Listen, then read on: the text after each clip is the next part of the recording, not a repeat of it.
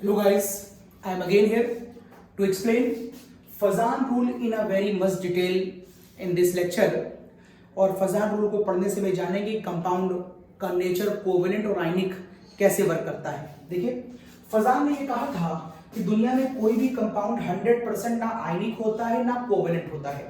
उससे पहले लोग ये माना करते थे कि कोई कंपाउंड या तो आयनिक है या फिर कोवेलेंट है। इसने कहा एक कंपाउंड में कुछ परसेंटेज उसमें कोवेलेंट की हो सकती है और उसी में कुछ परसेंट आयनिक की हो सकती है।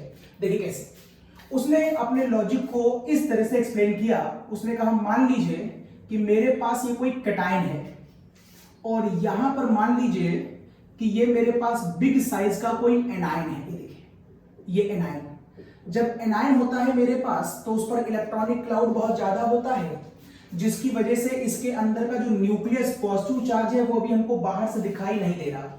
जब बादल होते हैं तो आसमान दिखाई नहीं देता, वैसे ही जब क्लाउड है तो अंदर का न्यूक्लियस अभी हमको दिखाई नहीं दे रहा है। ये पॉजिटिव इस वाले से कहता है कि देखो तुम्हारे जितने भी तुम्हारे पास इलेक्ट्रॉन है तुमको कोई प्यार नहीं करेगा, क्योंकि हर निगेटिव चाहता है उसे पॉजिटिव प्यार करे। तो ये इसे मिसगाइड करता है और ये कहता है कि देखो तुम्हारे घर में कोई ऐसा है ही नहीं जो तुमको प्यार करे, तुम्हारे पास पॉजिटिव ही नहीं है। ये अपने अगल बगल देखता है, इसको पॉजिटिव दिखाई भी नहीं देता। तो ये कहता है कि अगर तुमको प्यार पाना है तो तुम मेरे पास आओ। हर आदमी प्यार का भूखा है, ये प्यार पाने के लिए इस तरफ चल देता है। और अगर ये प्यार पाने के लिए इस तरफ चलेगा तो कुछ देर के बाद आप इसका डायग्राम कुछ यूं देख सकते हैं। ये देखिए, सारे इलेक्ट्रॉन इस तरफ की ओर मूव कर रहे हैं, प्यार पाने जा रहे हैं, सारे इलेक्ट्रॉन इस तरफ आ रहे हैं। जैसे ही बादल छटते हैं तो हमें आसमान दिखाई देने लगता है। जैसे ही इसका इलेक्ट्रॉनिक क्लाउड इस तरफ भागा तो इसके अंदर जो पॉजिटिव चार्ज था वो दिखने लगा, क्योंकि पॉजिटिव था तो दिख नहीं रहा था। जैसे ही पॉजिटिव दिखने लगा, ये पॉजिटिव अपने ही इलेक्ट्रॉनों से पूछता है कि कहां जा रहे हो। ये से पूछता है कहां जा रहे हो, तो ये साहब कहते हैं कि प्यार पाने जा रहे हैं। तो ये कहता है कि जब मैं घर का आदमी तुमको प्यार कर सकता हूं, तुम बाहर प्यार पाने क्यों जा रहे हो। इसको ये बात ठीक भी लगती है कि जब घर का आदमी प्यार कर रहा है तो हम बाहर क्यों जाएं, लिहाजा ये वापस चले जाते हैं। मींस जैसे ये यहां आए थे, जब इसको प्यार करने वाला आदमी घर में दिखा तो ये वापस चले जाएंगे, और वापस चले जाएंगे तो ये फिगर आ जाएगी वापस। लेकिन जैसे ये फिगर आएगी ये फिर कहेगा कि देखो सिर्फ छलावा है, तुम्हारे घर के अंदर तुमको कोई प्यार करने वाला नहीं है। ये फिर अगल बगल ढूंढते हैं तो वो पॉजिटिव को नहीं दिखाई देता जो उनको बुला रहा था, लिहाजा ये फिर कहते हैं प्यार पाना है तो मेरी तरफ आओ। जब ये फिर इसकी तरफ भागता है तो ये फिर फिगर आ जाती है। ये फिगर आते ही ये प्लस फिर दिखने लगता है और ये फिर कहता है इससे नहीं मानोगे। ये कहता है इससे नहीं मानोगे, अभी समझाया था कि मैं प्यार करूंगा, वापस आओ। कुल मिलाकर आप बात समझ जाइए, ये जो इलेक्ट्रॉन्स हैं ये इन दो प्यार करने वालों के बीच में फंस के रह जाते हैं और ये ऐसे आते जाते रहते हैं। स्टार्ट मैंने कहां से किया था, एक कैटायन था एक एनायन था, लेकिन यहां पर मींस स्टार्ट किया था मैंने आयनिक बॉन्ड से, जहां पर एक कैटायन और एक एनायन था। लेकिन यहां पर मैं देख रहा हूं कि ये इलेक्ट्रॉन इन दोनों के बीच में ऐसे ऐसे मूव कर रहे हैं, मतलब ये दोनों इन दोनों के बीच में क्या करने लगे, ऑसिलेशन करने लगे।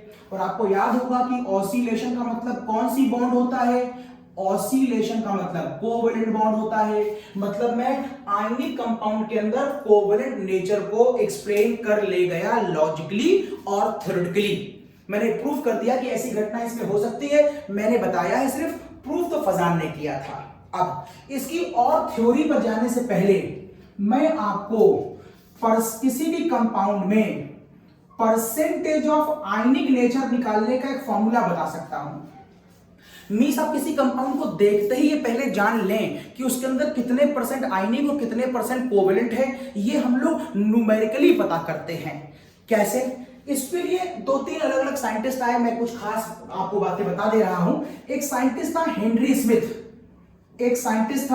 स्मिथ, उसने एक फॉर्मूला दिया कि आप इस फॉर्मूले से परसेंटेज ऑफ आयनिक निकाल सकते हैं। क्या था वो फॉर्मूला, वो फॉर्मूला था 16 electronegative difference plus 3.5 electronegative difference का स्क्वायर।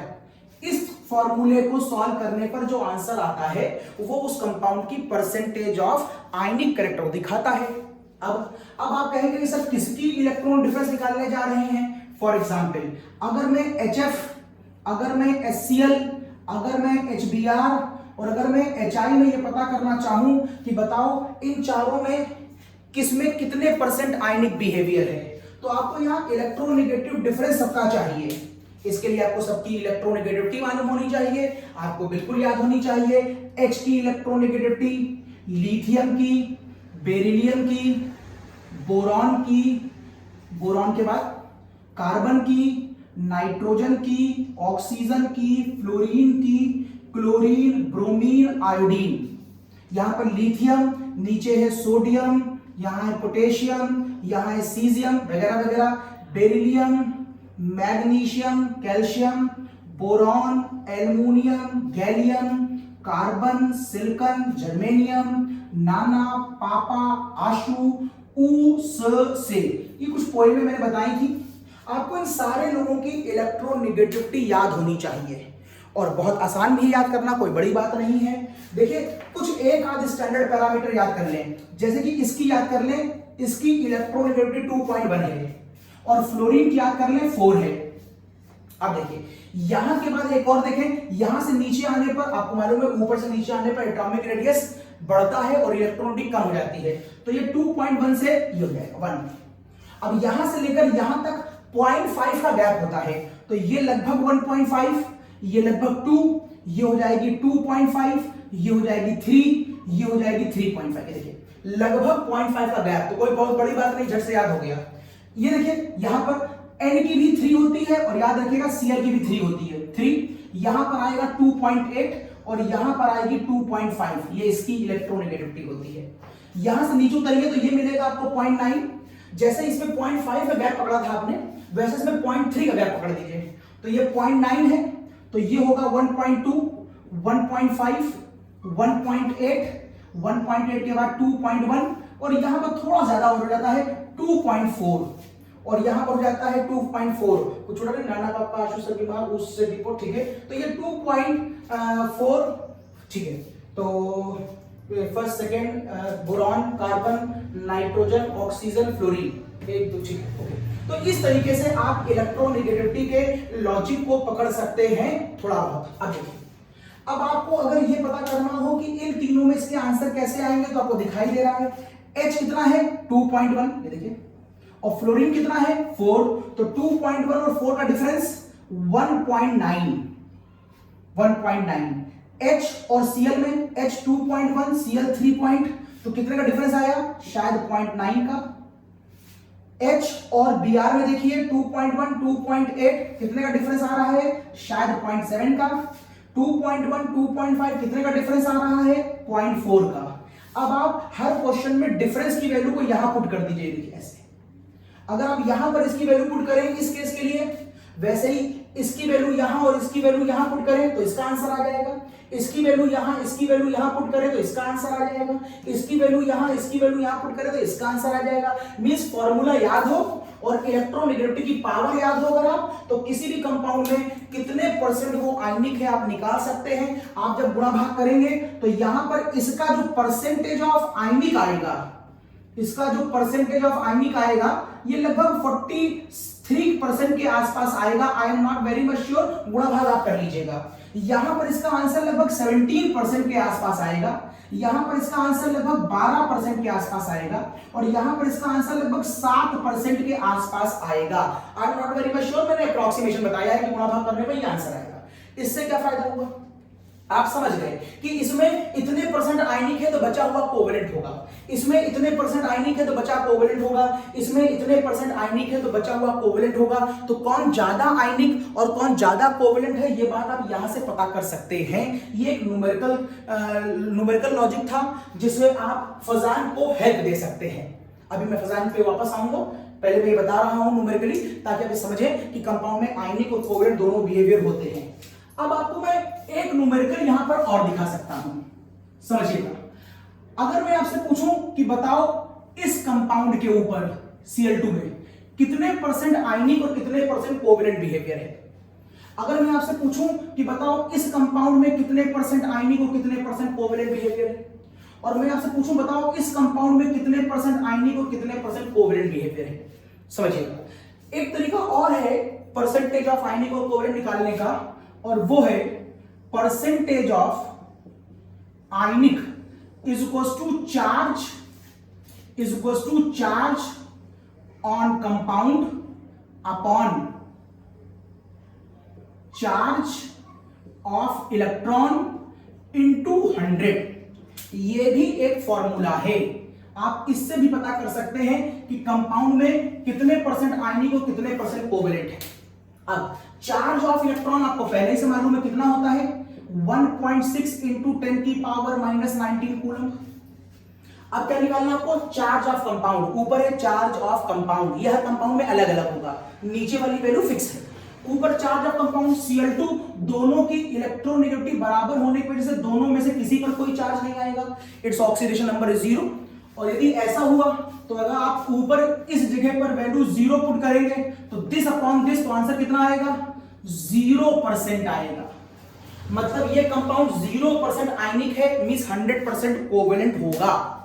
अब अगला केस देखिए, अगर मैं आपसे कहूं कि अच्छा बताओ NaCl में क्या स्थिति आएगी। NaCl देखिए ये आयनिक कंपाउंड है, इसमें अगर आप परसेंटेज ऑफ आयनिक निकालें, इसमें आप परसेंटेज ऑफ आयनिक निकालें तो ऊपर रखेंगे चार्ज ऑफ कंपाउंड, कितना चार्ज है, चाहे माइनस ले लो चाहे प्लस ले लो, एक चार्ज है, और एक चार्ज की वैल्यू कितनी होती है 1.6 इंटू 10 की power minus 19 coulomb upon charge of electron नीचे फिक्स ही रखना है 1.6 इंटू 10 की power minus 19 coulomb into 100। Solve कर लीजिए तो यहां से आंसर आ जाएगा 100%। इसका मतलब NaCl एक 100% आयनिक कंपाउंड है। यहां तक तो कोई दिक्कत नहीं है। अब दिक्कत ये होगी जब मैं इन कंपाउंडों की बात करने लगूं।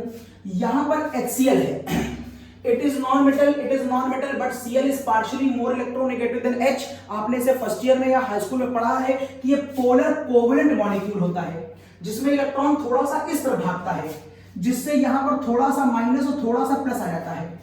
लेकिन थोड़ा सा माइनस और थोड़े से प्लस में आपको ये क्या पता कि कितना माइनस और कितना प्लस आ गया होगा, लिहाजा आपको इसका रियल चार्ज आपको नहीं मालूम। और अगर आपको इसका रियल चार्ज नहीं मालूम तो इस क्वेश्चन में आप इसका परसेंटेज ऑफ आयनिक नहीं निकाल पाएंगे, क्योंकि आपको ऊपर का चार्ज नहीं मालूम है। इवन नीचे वाला चार्ज जो फिक्स है वो तो आपको मालूम ही है, चार्ज ऑफ कंपाउंड इनटू 100। अब मुद्दा यह है कि जब तक मुझे को यह नहीं मालूम चलेगा मैं इसका आयनिक नहीं निकाल पाऊंगा। इवन तो आप इसका आयनिक इस हेनरी स्मिथ के लॉजिक से निकाल चुके हैं, आप बता चुके हैं कि HCl का परसेंटेज ऑफ आयनिक यहां पर 17% है। ये मेरी अप्रोक्सीमेशन वैल्यू है, वैसे ये कंफर्म वैल्यू है, 17% मैंने ऐसे निकाली है। यहां से जो निकालूंगा वो मेरे मन की ऐसी वैल्यू मैं अपने मन से कुछ रख दूंगा, खाली थोड़ा बहुत समझाऊंगा आपको। तो ये और यहां से आंसर मिले वो कंफर्म जरूरी नहीं है, लेकिन कौन सा आंसर सही है, ये वाला आंसर एकदम सही है क्योंकि मैंने ये रियल वैल्यू से निकाला है। ओके, यहां पर आइए। अब मुझे चार्ज नहीं मालूम है, इस चार्ज को यहां पर निकालने के लिए एक साइंटिस्ट आया जिसका नाम है डिबाय। आपने केमिकल बॉन्डिंग उसका नाम सुना है, केमिकल बॉन्डिंग में मैंने डाइपोल मूवमेंट पढ़ाया था आपको। तो डिबाय नाम का एक साइंटिस्ट है जिसने एक टर्म एक्सप्लेन किया था डाइपोल मूवमेंट। डाइपोल मूवमेंट का जो मैथमेटिकल फॉर्मूला है वो है म्यू। डाइपोल मूवमेंट का जो मैथमेटिकल फॉर्मूला है वो है mu is equals to Q into L.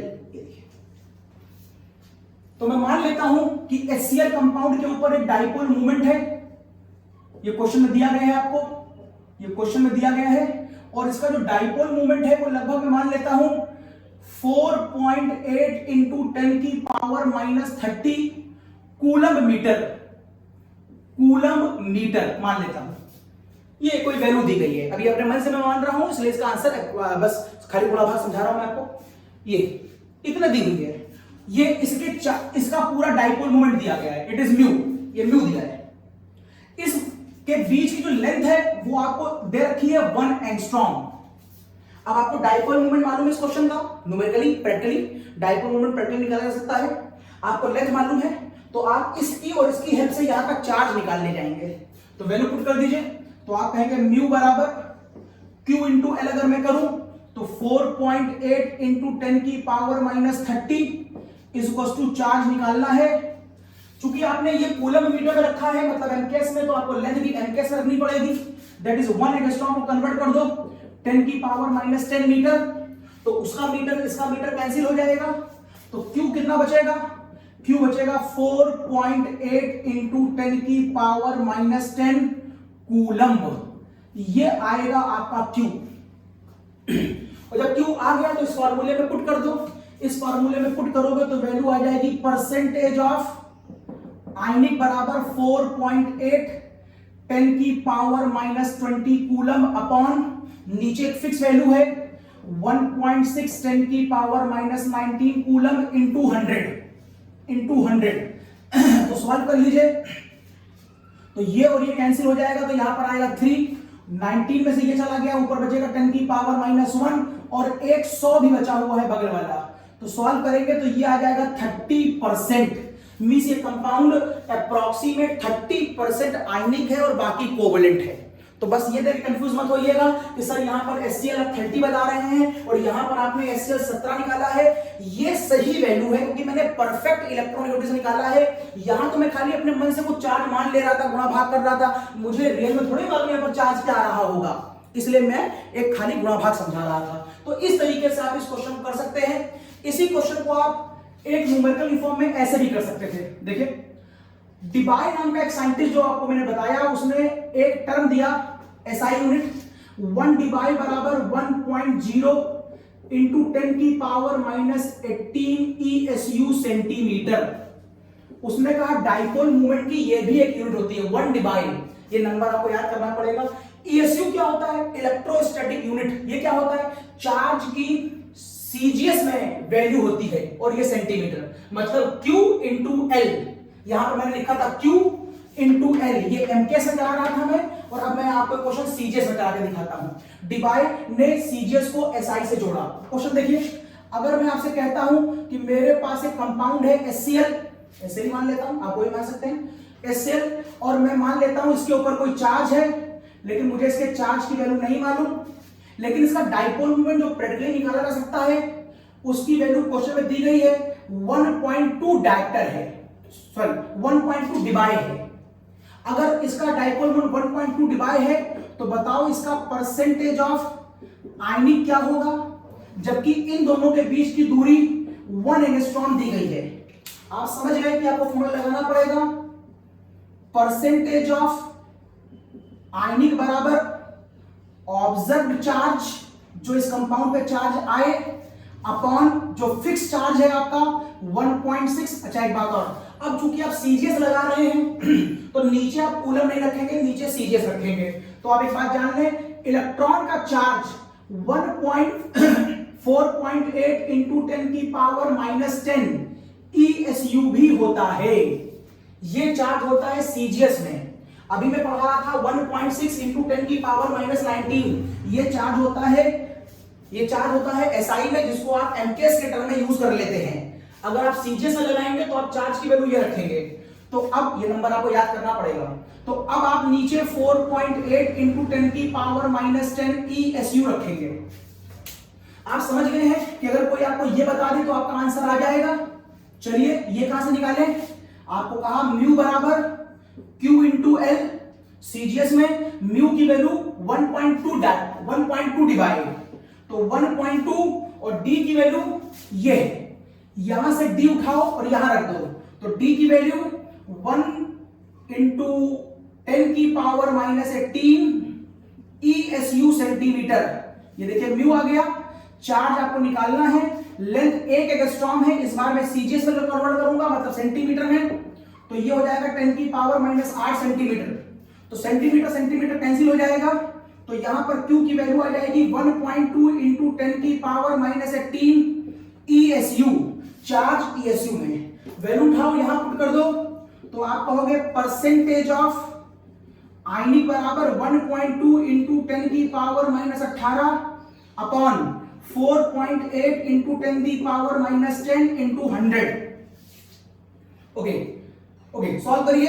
तो यहां पर आप सॉल्व करते हैं, यहां पर ये देख लें, ये 1.2, अच्छा यहां से 10 की पावर -8 और यहां से 10 की पावर -8 कैंसिल हो जाएगा, तो यहां 10 की पावर -10 बचेगा। तो यहां पर सही कर लें, ये केवल 10 होगा। यहां सही कर ले, ये 10 होगा। अब ये और ये चला गया, ठीक। अब यहां पर वैल्यू आएगी 12 को इससे डिवाइड करोगे तो ऊपर बचेगा ये वाला 100 और नीचे आएगा 12 को 4 से, आंसर आएगा 25%। ये कंपाउंड 25% आयनिक है, तो बचा हुआ जो एरिया होगा वो कोवेलेंट होगा। एक स्क्रीनशॉट लीजिए, आगे बताता हूं।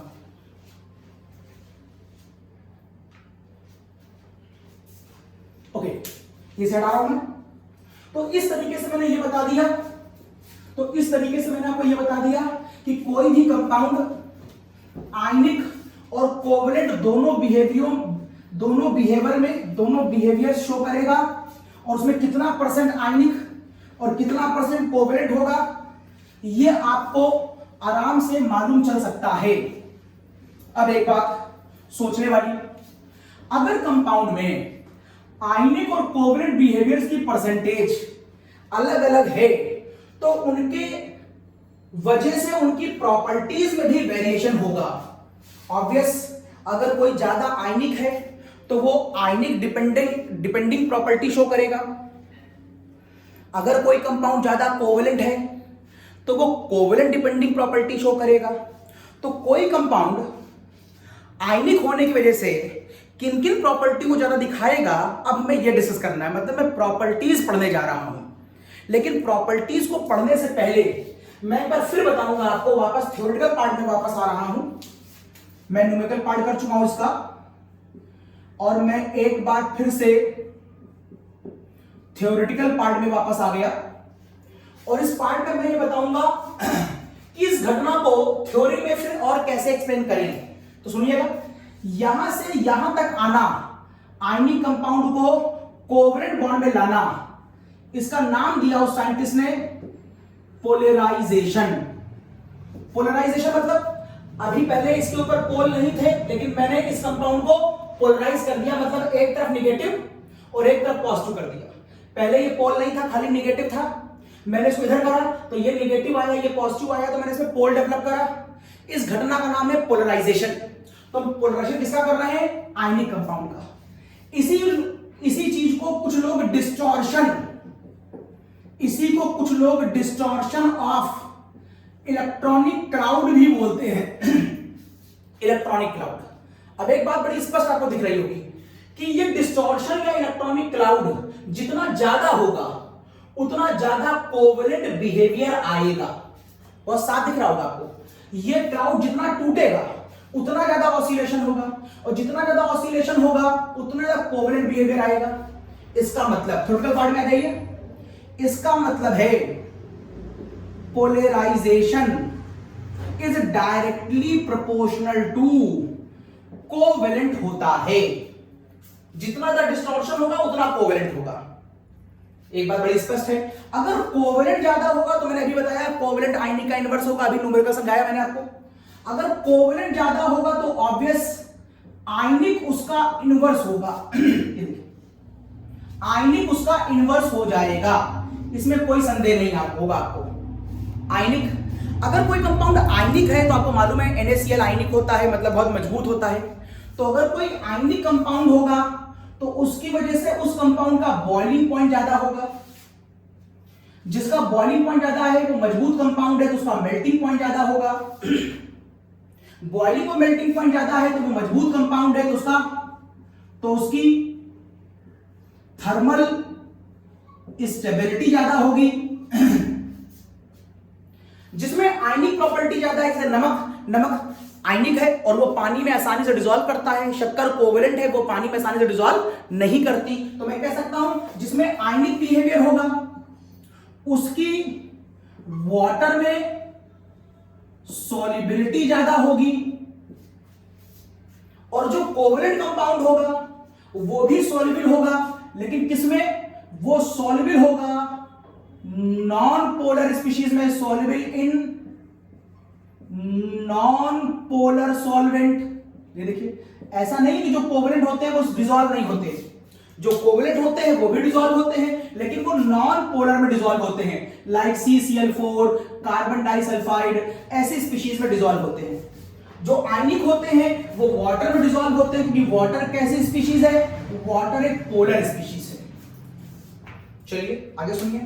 अब कहते हैं जिसकी सॉल्युबिलिटी ज्यादा होगी, जिसकी सॉल्युबिलिटी ज्यादा होगी, ऑब्वियस फर्स्ट ईयर में पढ़ा आपने केएसपी और केआईपी, जो ज्यादा डिसॉल्व होगा इसका मतलब है उसका सॉल्युबिलिटी प्रोडक्ट कांस्टेंट ज्यादा आएगा, तो उस सॉल्ट का केएसपी ज्यादा होगा, उसकी सॉल्युबिलिटी प्रोडक्ट, इसको मैंने नीचे लिखा तो इसको भी मैंने नीचे लिखा है, मतलब ये और ये दूसरे की डायरेक्टली प्रोपोर्शनल है, तो उसकी सॉल्युबिलिटी ज्यादा होगी।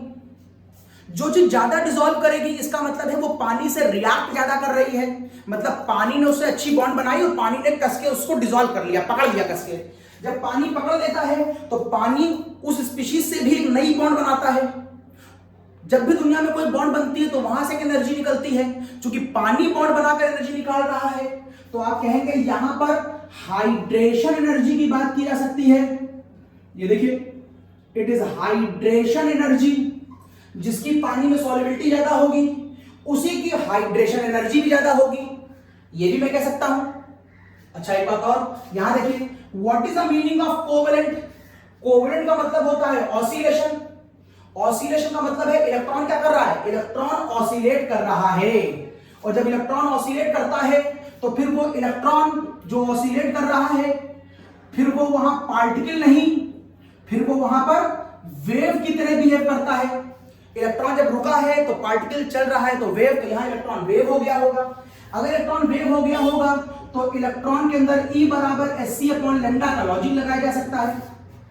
इलेक्ट्रॉन की अपनी एक एनर्जी होगी, उसकी अपनी एक वेवलेंथ होगी, और ये वेवलेंथ वेबग्योर में कहीं पर जाकर टच कर सकती है, और ये वेवलेंथ वेबग्योर में जाकर कहीं टच कर सकती है। और वेबग्योर का मैंने पाई डायग्राम पीछे आपको कई बार कई लेक्चरों में बताया है, ये वेबग्योर का पाई डायग्राम बना लीजिए। अब यहां पर आप कह दीजिए, मान लो अपने मन से कहीं कहीं भी बना लो तो फर्क नहीं पड़ता है, VIBGY और ये देखिए R आ गया, और जो लाइन बच गई वो इन दोनों के कॉम्बिनेशन से बनी होगी, दैट इज VR। आप ये एक जो लाइन छोड़ी मैंने वो कहीं भी छोड़ सकते हैं, अगर यहां छोड़ दे तो मैं कहता यहां की जो लाइन है वो B और Y के बीच बनी होगी, जहां पर दो कलर मिलते हैं वहां पर उन दोनों का कॉम्बिनेशन आता है, तो इसे पाई डायग्राम कहते हैं। मैं बता चुका हूं, अगर इस ऑसिलेशन के लिए कोई एनर्जी रिक्वायर होगी, पक्का एनर्जी रिक्वायर होगी। अगर इस ऑसिलेशन के लिए सन से आने वाली एनर्जी में से मान लो ये वाली एनर्जी एब्सॉर्ब कर ली गई इस काम को करने के लिए, तो बाकी बची एनर्जियां मेरी आंखों पर रिफ्लेक्ट हो जाएंगी। तो कितनी एनर्जियां मेरी आंखों पर रिफ्लेक्ट होंगी, इतनी एनर्जी मेरी आंखों पर रिफ्लेक्ट हो जाएंगी, ये आकर मेरी आईज पर गिरेंगी। अब ये सारी मिलकर के कौन सा कलर बनाएंगी, उस कलर का नाम होता है ब्लू कलर का कॉम्प्लीमेंट्री कलर, जो एब्सॉर्ब हुआ है उसका कॉम्प्लीमेंट्री, और जो इसके सामने बैठा हुआ है वो है रेड। ये सारे कलर वापस मिलकर के आपकी आंखों पे कौन सा कलर डालेंगे, रेड कलर डालेंगे। मींस जितने भी कोवेलेंट कंपाउंड होंगे उनमें कलर का लॉजिक भी आ सकता है, तो जो कोवेलेंट होगा वो कलर्ड भी हो सकता है, दैट इज डायरेक्टली प्रोपोर्शनल। ये सारी बातें मैं एक एक कर आपको एक्सप्लेन कराऊंगा, जहां पर थर्मल स्टेबिलिटी इस पर अलग से बात करूंगा, और वाटर की सॉल्युबिलिटी इस पर भी अलग से बात करूंगा, हाइड्रेशन एनर्जी की बात भी मैं आपसे अलग से करूंगा। तो इन सारी बातों का हम डिस्कशन करने जा रहे हैं। चलो शुरू करते हैं। इन सारी बातों को समझने से पहले आपको एक बात समझ लेनी होगी कि पोलराइजेशन निकालना किसी भी हालत में बहुत आवश्यक है, बिना इसके आप ये सारी बातें नहीं समझ सकते। अब चलो पहले ये पता करें कि पोलराइजेशन कैसे निकालते हैं। तो आप जान लीजिए कुछ फैक्टर। पोलराइजेशन डायरेक्टली प्रोपोर्शनल होता है रेडियस ऑफ एनायन के। चेक करो ऐसा है कि नहीं है। ये वाला क्लाउड जितना बड़ा होगा इसको तोड़ना उतना ही आसान होगा। वो क्यों? क्योंकि इसके अंदर जो पॉजिटिव चार्ज है जो हमको दिख नहीं रहा है, अगर ये क्लाउड बड़ा होता जाएगा तो इस पॉजिटिव से इसके अपने ही इलेक्ट्रॉनों की दूरी बढ़ती जाएगी, जिससे इसका अपना ही पॉजिटिव अपने ही इलेक्ट्रॉनों को प्यार नहीं करेगा, और जब ये प्यार नहीं करेगा तो फिर ये प्यार करेगा, और जब ये प्यार करेगा तो उसको तोड़ देगा।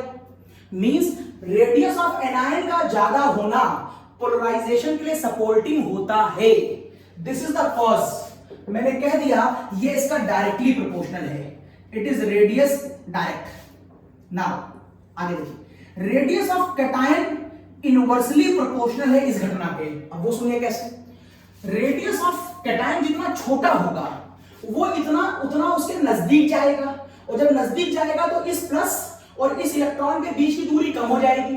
जब इसके बीच की दूरी कम हो जाएगी तो हम डिस्टॉर्शन कर पाएंगे, और जब डिस्टॉर्शन कर पाएंगे तभी पोलराइजेशन होगा। तो पोलराइजेशन को सपोर्ट कौन कर रहा है? रेडियस का छोटा होना। अगर आप इसको बड़ा कर देंगे तो फिर बहुत पास ये नहीं आ पाएगा। मान लो इतना बड़ा होता, तो अगर इतना बड़ा तुम बना दोगे तो प्लस यहीं पर रह जाएगा। अब इसके से बीच की दूरी ज्यादा हो जाएगी तो डिस्टॉर्शन कैसे करोगे? तुम नहीं कर पाओगे। दिस इज द कॉज मैं हमेशा रेडियस ऑफ कैटायन को छोटा लूंगा, means polarisation radius of cation का इनवर्स होगा। एक बात और सुनिए, it is directly proportional to polarisation, it is directly proportional to charge. ये कोई नई बात नहीं है, ये इन्हीं दोनों बातों की समरी है। गौर से देख लो, तुमने मेटलिफ टेबल में पढ़ा है, जब किसी एटम के ऊपर तुम चार्ज बढ़ाते जाते हो, मान लो निगेटिव, तो जैसे तुम निगेटिव चार्ज बढ़ाते जाओगे वैसे वैसे उसका साइज बड़ा होता जाता है। तो जब तुम निगेटिव चार्ज बढ़ाओगे, मान लो -1, -2, -3, -4, जब तुम निगेटिव चार्ज बढ़ाओगे तो तुम्हारा निगेटिव वाले आयन का साइज बड़ा होता जाएगा, निगेटिव वाले आयन का साइज बड़ा होता जाएगा, निगेटिव वाले आयन का साइज बड़ा होता जाएगा तो पोलराइजेशन बढ़ता जाएगा। मींस चार्ज के बढ़ने पर इसका साइज बढ़ता है, उसका साइज का बढ़ना मेरे लिए फायदेमंद होता है, मींस चार्ज मेरे लिए मतलब पोलराइजेशन के लिए फायदेमंद है। नेक्स्ट, अब चार्ज के टर्म में तो मैं प्लस भी मान सकता हूं। मान लो मैं +1 कर लूं, +2 कर लूं, +3 कर लूं, +4 कर लूं। अगर कहीं पर प्लस चार्ज बढ़ रहा है तो भी आपको मालूम है मेटलिफ टेबल में जब हम किसी कैटायन का चार्ज बढ़ाया करते थे, मान लो A+4, A+3, A+2, A+1, तो बताओ किसका चार्ज से छोटा होता है? A+4 का मतलब तुमने एटम से 4 इलेक्ट्रॉन निकाल दिए हैं। अगर तुम 4 इलेक्ट्रॉन निकाल दोगे तो न्यूक्लियस मजबूत हो जाएगा और वो बचे हुए इलेक्ट्रॉन को घसीट लेगा। इसका मतलब this is the order of the radius, this is the order of the radius of cation. कैटायनों का चार्ज बढ़ाते जाओगे तो रेडियस कम होता जाता है, मींस अगर तुम इसका चार्ज बढ़ाते जाओगे तो इसका रेडियस कम होता जाएगा, और रेडियस कम होता जाएगा तो वो इसको पोलराइज कर पाएगा, मींस इसका छोटा होना मेरे लिए फायदेमंद है। चार्ज के बढ़ते ही इसका रेडियस छोटा हो जाएगा और वो इसको डिस्टॉर्ट कर देगा। This is the cause polarisation charge का डायरेक्टली प्रोपोर्शनल होता है। One more thing, polarisation is also directly proportional to 18 electron, जिसको आप स्यूडो कॉन्फ़िगरेशन के नाम से जानते हैं।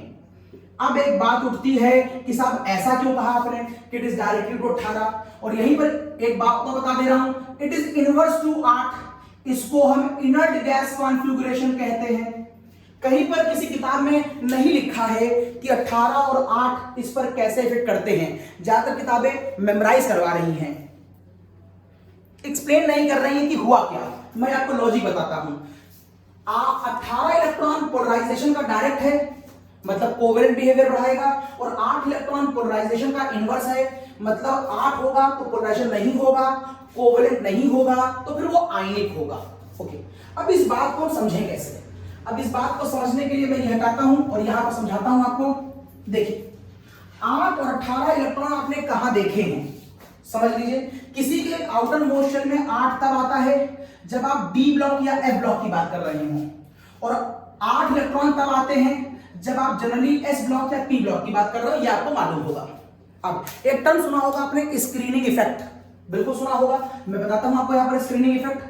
अगर आप स्क्रीनिंग इफेक्ट के लॉजिक को यहां अप्लाई कर दें, स्क्रीनिंग इफेक्ट के लॉजिक को, तो ये न्यूक्लियस है मान लो किसी एटम का, इसके बाद ये एस नाम का घर है, ये पी नाम का घर है, ये डी नाम का घर है, और ये एफ नाम का घर है। F is very complicated. We don't know about the structure. D is double dumbbell. It is dumbbell. It is S. अब आपको जानने की खुशी होगी कि S और P की जो स्क्रीन होती है, that is wall, जैसे मेरे कमरे में ये स्क्रीन है, ये दीवारें हैं, ये वॉल है, ये बहुत अच्छी क्वालिटी की होती है, जबकि D और F की स्क्रीन खराब क्वालिटी की होती है, पुअर क्वालिटी, बल्कि F ज्यादा पुअर होता है। अब सोचिए, ये न्यूक्लियस किसी एक बच्चे को देख करके, बच्चे का नाम है इलेक्ट्रॉन, उसे प्यार से अंदर बुलाता है। जैसे मैं किसी बच्चे को अंदर बुलाऊं, लेकिन वो बच्चा खड़ा कहां है? दीवार के उस पार खड़ा है। अब मैं चाहूं तो जितना बुला लूं वो मुझे देख ही नहीं पाएगा क्योंकि बीच में दीवार है। इसका मतलब अगर हमारे और इलेक्ट्रॉन के बीच में बड़ी अच्छी स्क्रीन है तो मैं इलेक्ट्रॉन को इंटरैक्ट नहीं कर पाता, लिहाजा इस इलेक्ट्रॉन को मैं अंदर की तरफ नहीं ला पाऊंगा by the nucleus. Same P में भी वही वॉल होती है, गुड मींस अगर कोई बच्चा या कोई स्टूडेंट मेरे उस दीवार के उस पार खड़ा है, मैं चाहे जितना अच्छा पढ़ा लूं मैं उसे इंटरैक्ट नहीं कर पाऊंगा क्योंकि वो दीवार के उस पार खड़ा है, लिहाजा इसमें भी ऐसा कोई इंटरैक्शन नहीं होगा। लेकिन डी जो है ये एक खराब वॉल होती है, मतलब वॉल तो है लेकिन उस वॉल पे मान लो एक खिड़की लगी हुई है। अब बच्चा उस पार खड़ा है, अब अगर मैं पढ़ाऊं या उसे इंटरैक्ट करना चाहूं तो बच्चा वाया विंडो मुझसे इंटरैक्ट कर सकता है, कम से कम अपने हाथ डाल करके कैसे भी मेरे पास आ सकता है। इसका मतलब है यहां के इलेक्ट्रॉनों को थोड़ा सा अंदर लाया जा सकता है और इसी के अंदर होते हैं कितने इलेक्ट्रॉन, 18, जबकि यहां पर कितने होते हैं, 8। एफ तो बहुत ही खराब वॉल होती है, आप एफ ब्लॉक और पी ब्लॉक की प्रॉपर्टी में पढ़ेंगे। यहां पर एक ऐसी स्क्रीन है जहां खिड़की नहीं दरवाजा लगा हुआ है, नाम की वॉल है। मैं अपने पढ़ाना शुरू करा और बच्चा दरवाजे से अंदर चला आया, अगर बच्चा दरवाजे से अंदर चला आएगा तो यहां पर इलेक्ट्रॉन बहुत ज्यादा अंदर आ जाएगा। इस घटना को आप लैंथेनाइड कॉन्ट्रैक्शन भी कहते हैं। इस घटना को आप, क्योंकि एफ ब्लॉक को हम लैंथेनॉइड कहते हैं तो इस घटना को आप लैंथेनॉइड कॉन्ट्रैक्शन भी कहते हैं। अब आप मुझे खाली ये देख के बताइए कि किस केस में न्यूक्लियस इलेक्ट्रॉन को घसीट के लाया। ये कौन है, कैटायन। हम इलेक्ट्रॉन कहां से लाते हैं, एनायन से। कैटायन इलेक्ट्रॉन कहां से लाते हैं, एनायन से। किस केस में हम इलेक्ट्रॉन को नहीं ला पाए, अगर वॉल एस और पी की बनी है, मतलब अगर इस एनायन की वॉल एस की या पी की बनी है तो इलेक्ट्रॉन आगे नहीं जाएगा, इससे इंटरैक्ट नहीं करेगा, जिसकी वजह से इसका डिस्टॉर्शन नहीं होएगा। लेकिन अगर ये वॉल डी और एफ की बनी है, मतलब अगर यही वाली वॉल डी या एफ की बनी होती, मतलब पहचान उसके आउटर मोशन में 18 इलेक्ट्रॉन होते तो इसकी वॉल खराब होती। अगर वॉल खराब होती तो इसके इलेक्ट्रॉनों को हम न्यूक्लियस से थोड़ी इंटरैक्ट कर लेते, अगर इंटरैक्ट कर लेते तो ये टूट जाता, ये टूट जाता तो ये हो जाता और ये हो जाता तो कोवेलेंट हो जाता। दिस इज द कॉज किताब में लिखा है कि 18 होगा तो कोवेलेंट होगा और 8 होगा तो आयनिक होगा, लेकिन किसी किताब में ये नहीं लिखा कि ऐसा क्यों वो कह रहे हैं। वजह मैंने बताई, स्क्रीनिंग इफेक्ट लॉजिक से वो ऐसा कहते हैं। मैं आगे हटा रहा हूं, ये बात मेरी पूरी हो गई। तो आपके पास कुल 5 पॉइंट है, एक रेडियस ऑफ एनायन, एक रेडियस ऑफ कैटायन, एक चार्ज, एक 8 इलेक्ट्रॉन और एक 18 इलेक्ट्रॉन। मैं जितने भी क्वेश्चन करूंगा इसी के बिहार पे करूंगा। हटा रहा हूं, स्क्रीनशॉट ले लीजिए इसका। ये गया, ये मैंने हटा दिया, ये हटा दिया,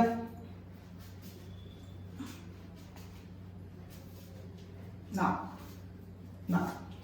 अब क्वेश्चन पे आ जाते हैं। चलिए क्वेश्चन देखते हैं।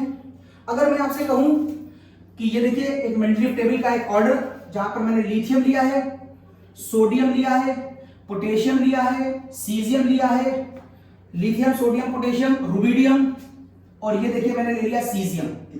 ये मेंडलीव टेबल में ऊपर से नीचे का ऑर्डर है, आपको साफ दिखाई दे रहा होगा।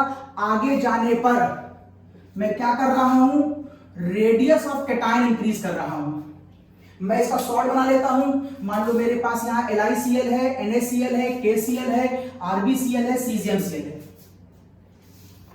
इसमें जो एरिया कॉमन होता है उसको मत देखिएगा। पूरी केमिस्ट्री में जब भी कोई डिफरेंस होता है तो कॉमन एरिया को नहीं देखते, क्योंकि जो डिफरेंस है वो अनकॉमन से आ रहा होगा।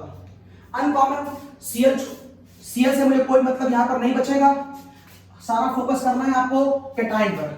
सभी के ऊपर 1+ चार्ज है। अब आप बताइए, जो पीछे मैंने आपको 4 रूल बताए हैं, मैं यहां 4 रूल लिख दूं। पोलराइजेशन पावर डिपेंड करेगी रेडियस ऑफ एनायन पर, डिपेंड, यहां लिख दे रहा हूं बड़ा, इसका यूज बहुत होगा। पोलराइजेशन पावर डिपेंड करेगी रेडियस ऑफ एनायन पर, इनवर्स ऑफ कैटायन पर, चार्ज पर डिपेंड करेगी 18 इलेक्ट्रॉन पर, और inversely to 8 electron. In short it is DF, in short it is known as SP। चलो अब आओ, बताओ क्या आप इसका आंसर रेडियस ऑफ एनायन से निकालेंगे? नहीं, क्योंकि एनायन तो कॉमन है, उससे मतलब नहीं है। क्या कैटायन से निकालेंगे? हाँ, क्योंकि कैटाइनों का साइज में ही फर्क आ रहा है मेंडलीव टेबल में ऊपर से नीचे आने पर। क्या चार्ज का लॉजिक लगा सकते हैं? नहीं, क्योंकि चार्ज सबके ऊपर सेम आ रहा है +1। क्या आप 18 या 8 लगा सकते हैं? नहीं, क्योंकि सभी के आउटर मोशन में 8 इलेक्ट्रॉन होते हैं। तो आप खाली उसको पकड़िए जो आपको यहाँ पर कॉमन दिखाई दे रहा हो। मैं इसका आंसर रेडियस ऑफ एनायन से देने जा रहा हूं।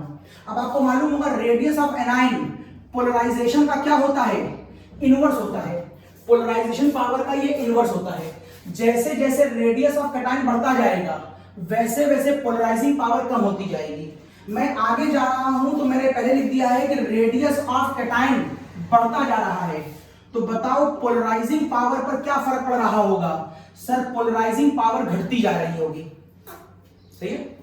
जैसे जैसे रेडियस ऑफ कैटायन बढ़ता जा रहा है पोलराइजिंग पावर कम होती जा रही है। रेडियस ऑफ कैटायन बढ़ता जा रहा है वैसे वैसे पोलराइजिंग पावर कम होती जा रही है। अब आगे देखिए, अगर पोलराइजिंग पावर कम होती जा रही है तो कोवैलेंट बिहेवियर, मैं नंबर दे रहा हूं उसको, ये नंबर 1, ये नंबर 2, ये नंबर 3, ये नंबर 4, ये नंबर 5, ये नंबर 6, इस तरह से मैंने कुछ नंबर दे दिए हैं।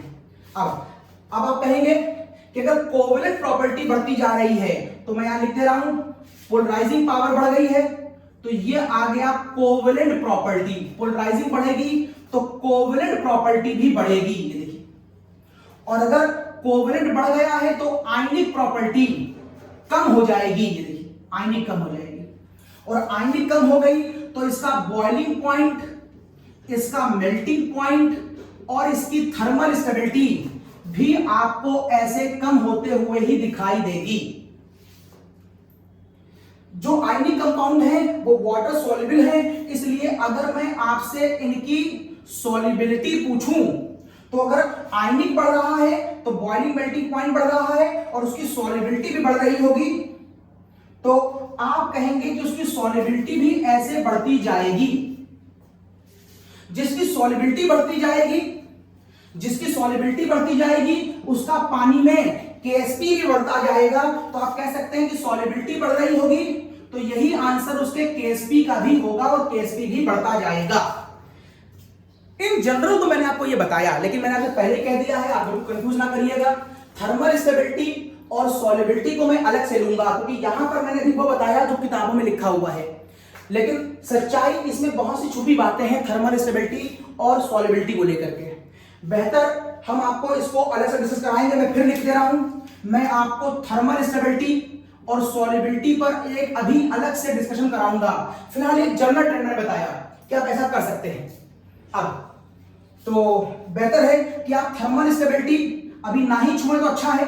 आप मान लें थर्मल स्टेबिलिटी का ऑर्डर मत लें, अलग ही बता दूंगा मैं इसको। सॉल्युबिलिटी भी आप छुए, खाली इतना ही छुए आप बस। ये देखिए पोलराइजेशन पावर उससे निकालो, कोवैलेंट उससे निकालो, आयनिक उससे निकालो, बॉइलिंग पॉइंट उससे निकालो, मेल्टिंग पॉइंट। चलो अब अभी मैंने कैटायन ऑफ रेडियस की बात करी है। जरा कैटायन ऑफ, जरा मेंडलीव टेबल में ऐसे बात करके देखिए। अगर मैं मेंडलीव टेबल में एग्जांपल ले लूं आपसे, फ्लोरीन, क्लोरीन, ब्रोमीन और आयोडीन, और इनके सॉल्ट बना लूं sodium fluoride, sodium chloride, sodium bromide और सोडियम आयोडाइड। बताइए अब क्या होगा? ये हटा रहा हूं तो इन एग्जांपल को मैं यहां लिख ले रहा हूं, देखते हैं क्या होता है, देखते हैं क्या होता है। तो आप कहिए मेंडलीव टेबल के 4 example, NaF, NaCl, NaBr, NaN। बताइए इस बार आप किसकी बात नहीं करेंगे? जो कॉमन है उसे छोड़ दीजिए, इस बार आप सोडियम की बात नहीं करेंगे। तो बचा कौन? Fluorine minus, Cl minus, Br minus, I minus. तो क्या आप चार्ज की बात कर सकते हैं? नहीं, क्योंकि सबके ऊपर बचे हुए पे चार्ज सेम आ रहा है। क्या आप 18 या 8 की बात कर सकते हैं? नहीं, क्योंकि सभी के आउटर मोशन में 8 इलेक्ट्रॉन आ रहे होंगे। मतलब मैं इसके डी ब्लॉक एलिमेंट, ये इनमें से कोई भी डी या एफ ब्लॉक एलिमेंट नहीं है, ये सब पी ब्लॉक एलिमेंट है, तो इनके आउटर में 8 इलेक्ट्रॉन आ रहे होंगे, तो इसकी बात भी नहीं कर सकते। तो किसकी बात करें? रेडियस ऑफ एनायन की बात करेंगे, क्योंकि ऊपर से नीचे आने पर रेडियस ऑफ एनायन लगातार इंक्रीज करता जा रहा है। रेडियस ऑफ एनायन इंक्रीज करता जा रहा है। तो आप लिखेंगे यहां पर रेडियस ऑफ एनायन, आप लिखेंगे यहां पर रेडियस ऑफ एनायन इंक्रीज कर रहा है। ये देखिए, ये रेडियस ऑफ एनायन इंक्रीज कर रहा है। और अगर रेडियस ऑफ एनायन इंक्रीज कर रहा होगा, रेडियस ऑफ एनायन कहां गया, ये radius of anion directly to polarisation, radius of anion increase कर रहा होगा तो पोलराइजिंग पावर भी इंक्रीज कर रही होगी, पोलराइजिंग पावर इंक्रीज कर रही होगी, रेडियस ऑफ एनायन इंक्रीज कर रहा है तो पोलराइजिंग पावर इंक्रीज कर रही है, और पोलराइजिंग पावर अगर इंक्रीज कर रही है, पोलराइजिंग पावर अगर इंक्रीज कर रही है तो इनका कोवेलेंट कैरेक्टर भी इंक्रीज कर रहा होगा, कोवेलेंट कैरेक्टर भी इंक्रीज कर रहा होगा। अब कोवेलेंट कैरेक्टर इंक्रीज कर रहा होगा तो वहां ऑसिलेशन हो रहा होगा, ऑसिलेशन हो रहा होगा तो वहां कलर आ रहा होगा, इसका मतलब है वहां पर कलर्ड बिहेवियर भी इंक्रीज कर रहा होगा। Yes, iodine dark yellow compound के सॉल्ट बनाता है, ब्रोमाइड लाइट येलो कलर के सॉल्ट बनाता है। अगर इसका कोई प्रेसिपिटेट हो, यहां पर तो नहीं होता, अगर कभी होता है तो आपको ये व्हाइट कलर का सॉल्ट दिखता है, और फ्लोरीन ज्यादातर कलरलेस बनाता है। क्या वजह है? वजह उसके अंदर ऑसिलेशन ऑफ इलेक्ट्रॉन होता है, तो कलर आ गया। अब अगर कोवेलेंट यू बढ़ रहा है तो इनका आयनिक कैसे बढ़ रहा होगा? तो इनका आयनिक यू बढ़ रहा होगा, तो इसका बॉइलिंग और मेल्टिंग पॉइंट कैसे बढ़ रहा होगा? तो इसका बॉइलिंग और मेल्टिंग पॉइंट ऐसे बढ़ रहा होगा। थर्मल स्टेबिलिटी सॉल्युबिलिटी पर अलग से कराता हूं, हटा रहा हूं क्वेश्चन। तो मैंने आपको एक क्वेश्चन दे दिया ऐसे, एक ऐसे, हटा रहा हूं उसको। अब एक क्वेश्चन देता हूं मैं चार्ज के ऊपर, जरा देखिए चार्ज के ऊपर।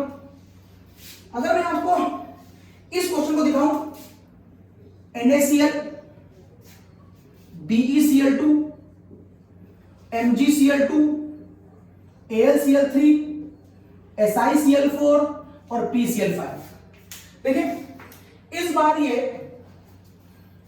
एनाइनो की फॉर्म में तो सेम है, सबके ऊपर Cl माइनस है। आप रेडियस की फॉर्म में भी बात कर सकते हैं इन सबका रेडियस, लेकिन वो बहुत माइन्यूट डिफरेंस होता है, उसे पकड़ नहीं पाएंगे आप, उससे मत करिए आप देखिए Cl निकलेगा 8 प्लस, यहां 2 प्लस, यहां पर 2 बार ले लिया था, एक ही बार है, यहां पर 3 प्लस, ये 4 प्लस। अब देखिए लगातार आगे जाने पर चार्ज में बढ़ाता जा रहा हूं, चार्ज पर डोमिनेट करेंगे, आंसर रेडियस भी वही आएगा। मैंने कहा चार्ज और रेडियस का लॉजिक सही होता है, तो चार्ज में दिखा पा रहा हूं, मैं चार्ज की बात कर रहा हूं। तो आगे जाने पर चार्ज क्या कर रहा है?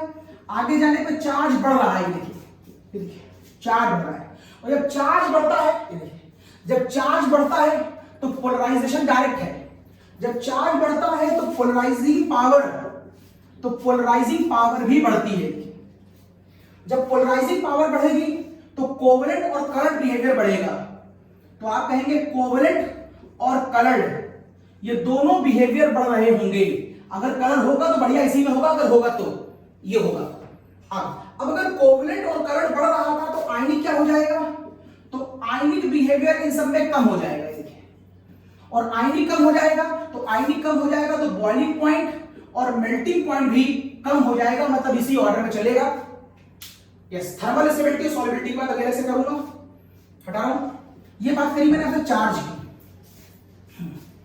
अब चार्ज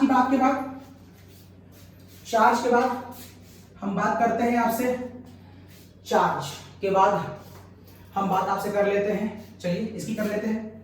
देखिए बताइए, आउट ऑफ CuCl और NaCl कौन ज्यादा पोलराइजिंग पावर रखता है? दोनों में जो कॉमन से छोड़ दो, सर Cl कॉमन है, आंसर Cl से नहीं आएगा। अब ध्यान से देखिए, ये S ब्लॉक एलिमेंट है और ये D ब्लॉक एलिमेंट है। इवन दो चार्ज मत देख लीजिएगा क्योंकि दोनों का चार्ज सेम है, जो चीजें सेम है वो हटाते जाओ, निगेटिव हटाओ, चार्ज हटाओ। डिफरेंस खाली ये है कि ये D ब्लॉक एलिमेंट है और ये S ब्लॉक एलिमेंट है। S ब्लॉक आपको मालूम होगा, सोडियम के आखिरी में कितने इलेक्ट्रॉन आते हैं? 8 आते हैं, और कॉपर के आखिरी में कितने इलेक्ट्रॉन आते हैं? देखना लिख करके 18 आते हैं। कॉपर 29 होता है, 2 8 18, ये एक इलेक्ट्रॉन निकल गया, इसके बाद एक भी होता है वो निकल गया, तो ये स्थिति आ जाएगी। इसके पास एक था वो निकल गया। अब कुल मिला के समझिए, इसकी जो स्क्रीन होगी वो बहुत अच्छी होगी, स्ट्रॉन्ग, और जो इसकी स्क्रीन होगी वो अच्छी नहीं होगी। अगर इसकी स्क्रीन बहुत अच्छी होगी तो इसका न्यूक्लियस इस स्क्रीन को क्रॉस कर बाहर बैठे हुए किसी आयन को अपनी तरफ घसीट नहीं पाएगा, इंटरैक्शन नहीं होगा, जिस वजह से यहां पर पोलराइजेशन कैरेक्टर नहीं होगा। लेकिन ये चूंकि इसकी स्क्रीन खराब है, क्यों खराब है? 18 इलेक्ट्रॉन है, सो व्हाट सर 18 तभी होंगे जब डीएफ होगा, सो व्हाट सर डीएफ की स्क्रीन खराब होती बताएगा खिड़की दरवाजा। मींस अगर इसके बाहर कोई एनायन बैठा हो इस तरीके से तो इसका जो न्यूक्लियस होता है वो अपनी स्क्रीन को क्रॉस करके इसे घसीटने बाहर आ जाएगा और घसीट के अंदर ले जाएगा, जिससे यहां पर ऑसिलेशन शुरू हो जाएगा and this is the cause CuCl covalent होगा और NaCl आयनिक होगा। हटा रहा हूं, सेम ऐसा ही सेम यही लॉजिक आप और भी केसेस में लगा सकते हैं। लाइक जैसे आपने CuCl में लगाया वैसे ही आप ये बात AgCl और KCl में भी कंपेयर कर सकते हैं। आप कह सकते हैं ये ज्यादा कोवेलेंट होगा क्योंकि डी ब्लॉक है, ये आयनिक होगा, ये कोवेलेंट होगा, ये आयनिक होगा। आप यही बात KNO2 में भी बोल सकते हैं। अगर मैं KNO2 और AgNO2 को कंपेयर करूं, अगर मैं KNO2 और AgNO2 को कंपेयर करूं तो ये डी ब्लॉक है, इसके आउटर में 18 इलेक्ट्रॉन होंगे, ये कोवेलेंट होगा और ये आयनिक होगा, तो ये कोवेलेंट बिहेवियर है। मैं कोवेलेंट दिखा रहा हूं, किसमें ज्यादा कोवेलेंट है, किसमें ज्यादा आयनिक है। इसमें कोवेलेंट है, आयनिक है, कोवेलेंट है, आयनिक है, कोवेलेंट है, आयनिक है। अगर मैं पूछूं बताओ KCl और AgCl में कौन ज्यादा कोवेलेंट है, कौन ज्यादा आयनिक है? ये 18 है सर, ये कोवेलेंट होगा और ये आयनिक होगा। ओके, ये बताओ FeCl3 और FeCl2 में कौन कोवेलेंट कौन आयनिक? सर ये +3 ये +2। बाकी सारी बातें सेम है, चार्ज का फर्क है। अगर चार्ज ज्यादा होगा तो पोलराइजेशन ज्यादा होगा, इसमें चार्ज ज्यादा है, पोलराइजेशन ज्यादा है, तो सर इसमें कोवेलेंट ज्यादा होगा। कोवेलेंट ज्यादा होगा तो कलर अगर होगा तो यहीं पर ज्यादा अच्छा होगा, इंटेंस कलर होगा यहाँ पर, और ये कोवेलेंट ज्यादा होगा तो आयनिक कम होगा, ये वाला आयनिक ज्यादा होगा। ये बताओ, अगर ये पूछ लूं मैं कि बताओ PbCl2 व्हाइट और PbI2 येलो क्यों होता है? Why it is yellow and why it is white? मिल गया तुमको, दोनों के चार्जेस सेम है, चार्जेस से आंसर नहीं आएगा। अंदर है Cl और I का, I एक एनायन है, एनायन में इसका रेडियस इस वाले से बड़ा होता है। ये देखिए, जिसका रेडियस बड़ा होगा उसमें पोलराइजेशन होगा, इसका रेडियस बड़ा होगा इसमें पोलराइजेशन ज्यादा होगा, तो इसमें कोवेलेंट ज्यादा होगा, कोवेलेंट ज्यादा होगा इसमें कलर ज्यादा आएगा। This is the cause I जो है वो कलर कंपाउंड बनाता है। बताओ, जिंक, कैडमियम और मरकरी आपने डी ब्लॉक में देखे हैं, सभी के ऊपर सेम चार्ज आता है। ये देखो, अब मैं पूछूं ZnCl2, कैडमियम Cl2 और ये बताओ इन दोनों में से ज्यादा आयनिक कौन होगा? तो आप कहेंगे Cl से मुझे कोई मतलब नहीं है, चार्जेस सबके सेम है, फर्क है उनके रेडियस में, और ये कैटायन का रेडियस है। ये देखिए, कैटायन का रेडियस अगर बढ़ता जाएगा तो पोलराइजेशन कम होता जाएगा। कैटायन का रेडियस मैक्सिमम किसमें है? इसमें है। ये first transition series, second transition series, third transition series, share बढ़ती जा रही है। इसका रेडियस बड़ा होगा, इसका रेडियस बड़ा होगा तो इसका पोलराइजेशन छोटा होगा, इसका पोलराइजेशन छोटा होगा तो इसका कोवेलेंट कैरेक्टर छोटा होगा, इसका कोवेलेंट कैरेक्टर छोटा होगा तो इसका आयनिक कैरेक्टर बड़ा होगा। इस तरीके से भी आप कंपेयर कर सकते हैं। ओके, बताएं मुझको SnCl2 और SnCl4 में ज्यादा आयनिक कौन है? आप निकाल लीजिएगा अपने आप। AgCl, CuCl, AgCl और AuCl में ज्यादा आयनिक कौन है? इसमें ज्यादा आयनिक कौन है? ऐसे जितने क्वेश्चन चाहो उतने बनाते रहो और आप अपने नए नए आंसर निकालते रहें। खैर, ये मैंने फजान रूल का एक छोटा सा डिस्क्रिप्शन दिया। हम अब मेन मुद्दे पे आते हैं। मेन मुद्दा इसमें जो टफ है, जो परेशान करता है, जो कंपटीशन में आता है, वो है सॉल्युबिलिटी। ये सॉल्युबिलिटी आपको बहुत सी किताबों में यहां सॉल्युबिलिटी लिखी हुई मिल तो जाएगी, इस फॉर्मूले से रिलेट तो की जाती है, लेकिन यहां की जो फॉर्मूला है ये बहुत ही लिमिटेड एरियो पे काम करता है। इसलिए मैं हर क्वेश्चन का आंसर इस वाले लॉजिक से नहीं दे सकता, इसलिए मैंने वहां सॉल्युबिलिटी मिटा दिया था। अब आपको मैं सॉल्युबिलिटी के बारे में बताता हूं। तो देखिए, सॉल्युबिलिटी ये हटा रहा हूं। चलिए सॉल्युबिलिटी की बात कर लेते हैं। तो साहब, सच्चाई ये है कि आप कभी सॉल्युबिलिटी किसी की निकाल ही नहीं सकते theoretically. It is totally practical value. किसकी सॉल्युबिलिटी कम और किसकी सॉल्युबिलिटी ज्यादा है, ये आपको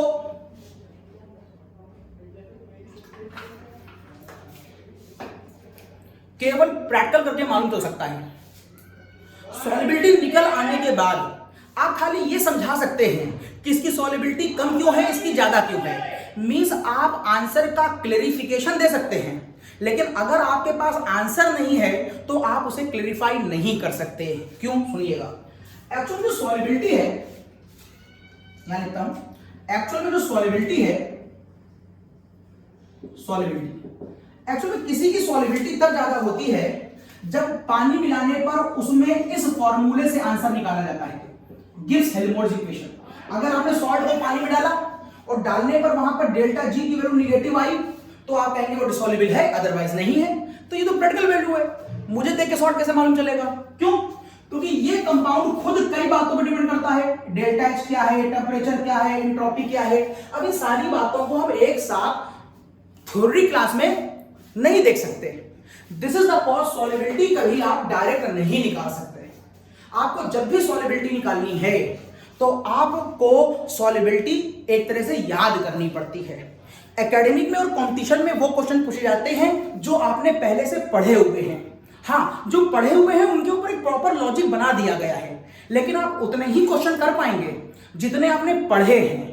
जो लॉजिक आपको बताए गए हैं, आप वो लॉजिक हर दुनिया के कंपाउंड पर लगाकर अपना आंसर निकाल लें, ऐसा नहीं होगा। हाँ, फिर भी 100-150 एग्जाम्पल आपके टच में होते हैं यहां से कंपटीशन तक, और क्वेश्चन हमेशा उसी के अंदर से आते हैं। वो भी ऐसा कोई क्वेश्चन नहीं पूछते जिसका आंसर उनको लगे कि आप ये नहीं निकाल सकते। तो देखिए, सॉल्युबिलिटी को निकालने के एक्चुअल में दो तरीके हैं।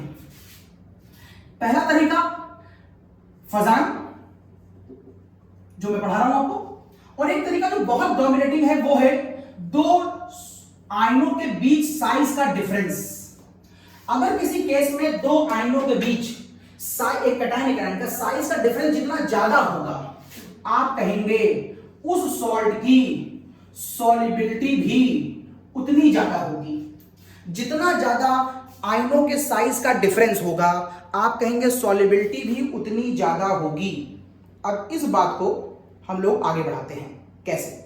समझिए कैसे बढ़ाते हैं। तो कुछ आयनों को देख लीजिए आप। जिन आयनों को हम बड़ा मानते हैं, बड़ा सपोज करते हैं, वो आयन है मेरे पास सल्फेट, ये बड़ा निगेटिव आयन। वो आयन है मेरे पास परक्लोरेट, वो आयन है नाइट्रेट, वो आयन है कार्बोनेट, वो आयन है आयोडाइड, वो आयन है ब्रोमाइड। जनरली हम इन आयनों को बड़ा मानते हैं। किन निगेटिव आयनों को हम छोटा मानते हैं? ये बड़े वाले हैं। छोटा मानने वाले हैं OH माइनस को हम छोटा मानेंगे, फ्लोराइड को मानेंगे और क्लोराइड को। इन तीन को हम स्मॉल आयन की कैटेगरी में रखेंगे और इन लोगों को हम बिग आयन की कैटेगरी में रखेंगे। और जो हमने नहीं लिखे, अगर आपको बिग दिखते हैं तो आप यही रख लीजिएगा। फॉर एग्जाम्पल बाइकार्बोनेट, अगर आपको याद आ जाए तो वो इसी कैटेगरी में आएगा, बिग वाले में। अब मैंने आपसे पूछा कि बताइए, लिथियम कार्बोनेट, लिथियम के बाद सोडियम कार्बोनेट, उसके बाद पोटेशियम कार्बोनेट, उसके बाद रुबिडियम कार्बोनेट, ये मैंने लिख दिया। बताइए इनमें से किसकी सॉल्युबिलिटी ज्यादा होगी? सिर्फ ट्रिक लगाना है आपको मेरी। आप कहेंगे आयनों के साइज में डिफरेंस जहां जाता है वही सॉल्युबिलिटी ज्यादा है। कार्बोनेट को आपने बड़ा माना है और आपको मालूम होगा मेंडलीफ में इस ग्रुप में लिथियम का साइज तो छोटा है, तो यहां पर गैप बड़ा होगा। ये छोटा है और ये बड़ा है। यहां पर आते आते ये भी बड़ा हो गया है और ये भी बड़ा हो गया है। दिस बिकॉज गैप ज्यादा होगा तो उसकी सॉल्युबिलिटी ज्यादा होगी। This is the order of solubility. This is the order of solubility. Gap ज्यादा होने पर सॉल्युबिलिटी ज्यादा क्यों हो जाती है, इसका आंसर भी आपको थोड़ी देर मिल जाएगा। फिलहाल मैं ट्रिक्स बता रहा हूं। तो साहब ये देखिए, ये इसकी सॉल्युबिलिटी हो गई। अब आप जिसकी चाहे उसकी सॉल्युबिलिटी निकाल लें। अभी आपको लिथियम का वर्ड पढ़ाया था, अब आप बोलते हैं यहां पर लिथियम के साथ सर कार्बोनेट नहीं सल्फेट ले लीजिए, ये लीजिए। आप सोडियम सल्फेट ले लीजिए, आप पोटेशियम सल्फेट ले लीजिए, आप रुबिडियम सल्फेट ले लीजिए, मुझे कोई फर्क नहीं पड़ता। यहां पर साइज में फर्क ज्यादा होगा, यही सॉल्युबिलिटी का ऑर्डर होगा। सर नाइट्रेट ले लीजिए, आप लिथियम नाइट्रेट ले लीजिए, आप सोडियम नाइट्रेट ले लीजिए, आप पोटेशियम नाइट्रेट ले लीजिए, आप रुबिडियम नाइट्रेट ले लीजिए। यहीं पर ये बड़ा आयन है, छोटा आयन है, तो सॉल्युबिलिटी का ऑर्डर यहीं पर ज्यादा होगा। आप इसका सॉल्ट बनाओ, इसका बनाओ, इसके बनाओ, इसके बनाओ। आप NaI ले लीजिए, आप NaI ले लीजिए, आप NaBr, आप Li ले लें, लिथियम सोडियम ले लें, आप पोटेशियम ले लें, आप रुबिडियम ले लें, आप सीजियम ले लें। अब साइज कहाँ है, आई बड़ा आयन है, मैंने लिखा था आई बड़ा आयन, आई बड़ा आयन है, छोटा है, गैप यहीं ज्यादा है, तो सॉल्युबिलिटी का ऑर्डर यहीं पर ज्यादा आएगा। अब आप चाहें आपसे जो कॉम्पिटिशन ब्रैकेट में पूछे जाते हैं वो मेनली सेकंड ए और फर्स्ट ए के ग्रुप के सॉर्ट के ऊपर ही क्वेश्चन आता है, क्योंकि अनलिमिटेड आपसे क्वेश्चन बना ही नहीं सकते, क्योंकि यहाँ कोई लॉजिक तो उस तरह का परफेक्ट है नहीं कि आप किसी का भी आंसर निकाल लें। इसीलिए केवल यहाँ और कंपटीशन में केवल फर्स्ट ए और सेकंड ए के ही क्वेश्चन पूछे जाते हैं, जिनकी ये ट्रिक बताई गई है आपको। जैसे मैंने फर्स्ट ए बनाया है वैसा सेकंड ए बना लो। यहां बना लो बेरियम कार्बोनेट, मैग्नीशियम कार्बोनेट, मैं बना दे रहा हूं। मान लो आपसे मैं कहता इसका आंसर बताओ, barium carbonate, magnesium carbonate, strontium carbonate, barium carbonate, बताओ किसकी सॉल्युबिलिटी ज्यादा होगी। तो कार्बोनेट का साइज बड़ी कैटेगरी में आता है और सबसे छोटा एटम इस ग्रुप का ये है, तो यहां पर गैप छोटा और यहां पर गैप बड़ा, यहां पर गैप बड़ा और ये गैप छोटा, तो सॉल्युबिलिटी का ऑर्डर ये आ गया। तो इस तरीके से आप किसी की भी सॉल्युबिलिटी निकाल सकते हैं। लेकिन अगर मैं आपको हाइड्रोक्साइड पूछ लूं, इसी में देखें, अगर मैं आपसे पूछ लूं बताओ barium hydroxide, magnesium hydroxide, strontium hydroxide और बेरियम हाइड्रोक्साइड, अगर मैं इनकी सॉल्युबिलिटी निकालूं तो देखिएगा OH स्मॉल माना जाता है। अगर OH को आपने छोटा माना हुआ है तो अब ये भी एटम छोटा है और ये भी छोटा है, तो बड़ा कहां हुआ, यहां पर बेरियम बड़ा माना जाएगा और यहां पर OH छोटा माना जाएगा। इस बार छोटा बड़ा इधर है, इस बार छोटा बड़ा इस तरफ है, तो जिधर छोटा बड़ा होगा सॉल्युबिलिटी उस तरफ चली जाएगी, लिहाजा इस बार सॉल्युबिलिटी इस तरफ आ जाएगी। अगर मैं यहां पर लिखूं, आपसे कहूं मैं LiOH, यहां मैं कहूं NaOH, यहां पर मैं कहूं आपसे KOH, यहां आपसे कहूं RbOH और यहां पर मैं आपसे कहूं CSOH, बताओ किसकी सॉल्युबिलिटी ज्यादा होगी। तो आप कहेंगे सर देखिए OH को आप छोटा मानते हैं और यहां पर तो दोनों ही छोटे हो जाएंगे, तो यहां तो मजा नहीं आएगी। लेकिन यहां पर देखिए सीजियम सर बहुत बड़ा है और OH छोटा है, जहां गैप ज्यादा होगा वही उसकी सॉल्युबिलिटी होगी। ये देखिए मैंने आपको सॉल्युबिलिटी बता दी। लेकिन इससे आप ढेर क्वेश्चन लगा सकते हैं, लेकिन हर बार सॉल्युबिलिटी निकालने के अब यही लॉजिक लगाएं ये कोई जरूरी नहीं है, क्योंकि उनके आंसर इससे आएंगे ही नहीं। फॉर एग्जांपल ये देखिए, अगर मैं आपको ये वाला कंपाउंड दे दूं, ये देखिए मेरे पास एक कंपाउंड है AgF, AgCl, AgBr और AgN, ये देखिए। अब अगर आप यहां पर ये लॉजिक लगाएं तो यहां पर आंसर गलत आएगा। मैं आंसर पहले बता दे रहा हूं फिर दिखाता हूं ये गलत आएगा। मैं बता दूं पहले, ये तीनों लोग इनसॉल्युबल होते हैं, आपने केमिस्ट्री लैब में देखा होगा, प्रैक्टिकली आपको मालूम है।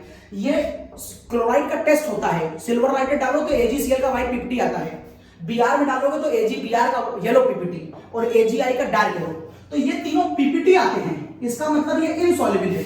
जबकि इसका पीपीटी नहीं आता है, इसका मतलब ये सॉल्युबल है। इसका मतलब है यहाँ पर जो सॉल्युबिलिटी का ऑर्डर है वो कुछ ऐसा है, सबसे हाईली सॉल्युबल ये है और ये तीनों लीस्ट सॉल्युबल हैं। जरा इससे करके देखो, ये कहता है साइज का डिफरेंस देखो, तो अगर आप साइज का डिफरेंस देखें तो सभी में सिल्वर बराबर है, सिल्वर की बात ही नहीं करनी है। फ्लोरीन, क्लोरीन, ब्रोमीन, आयोडीन में आयोडीन बड़ा आता है। अगर आयोडीन बड़ा है तो यहां पर इन दोनों के बीच साइज सबसे ज्यादा होगा। अगर साइज सबसे ज्यादा होगा तो जब साइज ज्यादा होता है तो सॉल्युबिलिटी ज्यादा होनी चाहिए अकॉर्डिंग टू दिस लॉजिक।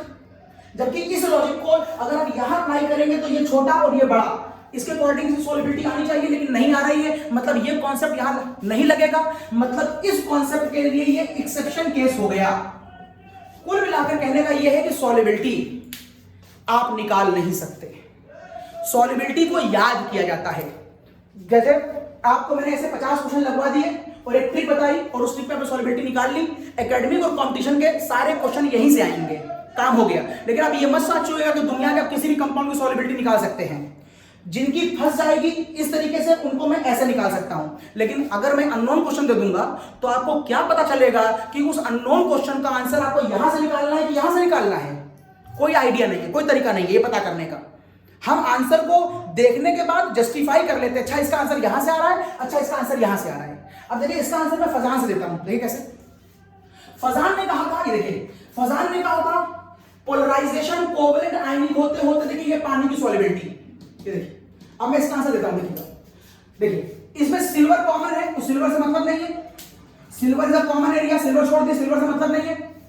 अब अलग क्या है, F minus Cl minus Br minus I minus, ये देखिए ये negative charge. Size of negative का अंतर है, fluorine chlorine bromine iodine, fluorine chlorine bromine iodine, ऊपर से नीचे आने पर साइज ऑफ नेगेटिव आयन का अंतर है। जब साइज बढ़ रहा होगा, जब size of fluorine chlorine bromine iodine जब साइज बढ़ रहा होगा तो पोलराइजेशन भी बढ़ रहा होगा।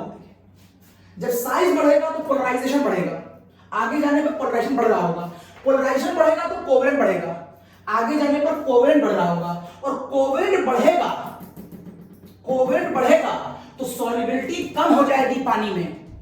कोवेलेंट सॉल्युबिलिटी ऑफ वाटर का इनवर्स है। कोवेलेंट बढ़ेगा तो सॉल्युबिलिटी कम हो जाएगी, मींस आगे जाने पर सॉल्युबिलिटी कम हो जाएगी, मींस फिर देखिएगा आगे जाने पर क्या बढ़ रहा है, रेडियस ऑफ एनायन बढ़ रहा है। रेडियस ऑफ एनायन बढ़ेगा तो क्या बढ़ेगा, पोलराइजेशन भी बढ़ेगा। पोलराइजेशन बढ़ेगा तो क्या बढ़ेगा सर, कोवेलेंट करैक्टर भी बढ़ेगा। कोवेलेंट बढ़ेगा तो क्या बढ़ेगा, कलर्ड बढ़ेगा। This is the cause AgI dark yellow है, ये लाइट येलो है, ये व्हाइट है और ये कलरलेस है। ओके, और अगर कोवेलेंट बढ़ गया, कलर बढ़ गया तो सॉल्युबिलिटी में क्या फर्क पड़ा, देखिए इनवर्स है। लिहाजा यहां पर वाटर में सॉल्युबिलिटी अगर निकालोगे तो ये क्या हो जाएगी, इनवर्स हो जाएगी। देखिए आंसर तो मैंने निकाल दिया, लेकिन प्रैक्टिकल को देखने के बाद हम पहले नहीं बता पा रहे थे, इसलिए मैं कह रहा हूं कि सॉल्युबिलिटी आप दुनिया के हर कंपाउंड की यहां पर नहीं निकाल सकते। अच्छा एक बात मैं बता दे रहा हूं आपको, मैंने कहा था जिसकी सॉल्युबिलिटी ज्यादा होगी उसका केस भी ज्यादा होगा। अब आप ये रूल हमेशा बना सकते हैं, चाहे सॉल्युबिलिटी आपने इस लॉजिक से निकाल ली हो और चाहे इससे। अभी आपने कहा इसकी सॉल्युबिलिटी पानी में, इसकी सॉल्युबिलिटी ज्यादा है, तो इन चारों में से किसका केस भी ज्यादा होगा। ऑब्वियस सी बात है, जिसके आयन ज्यादा होंगे उसका केस भी ज्यादा होगा, मींस इन चारों में इसका केस भी ज्यादा होगा। इन सारे लोगों में किसका केस भी ज्यादा होगा, जिसकी सॉल्युबिलिटी ज्यादा होगी। सॉल्युबिलिटी ज्यादा, केस भी ज्यादा, सॉल्युबिलिटी ज्यादा, केस भी ज्यादा, सॉल्युबिलिटी ज्यादा, केस भी ज्यादा, सॉल्युबिलिटी ज्यादा है, केस भी ज्यादा है, सॉल्युबिलिटी कम है, केस भी कम हो गया। सॉल्युबिलिटी ज्यादा है तो केस भी ज्यादा है, सॉल्युबिलिटी कम है तो केस भी कम है। तो सॉल्युबिलिटी और केस की रिलेशन परफेक्ट है, लेकिन आपको पहले उसकी सॉल्युबिलिटी मालूम होनी चाहिए, तभी आप उसका केस भी निकाल सकते हैं। मैंने कहा था सॉल्युबिलिटी को अलग से बताऊंगा, बता दिया। कुछ एग्जांपल ट्रिक्स है और कुछ एग्जांपल फजान से। अब आता हूं मैं थर्मल स्टेबिलिटी के ऊपर, हटा रहा हूं उसको, जल्दी से देखें थर्मल स्टेबिलिटी का लॉजिक।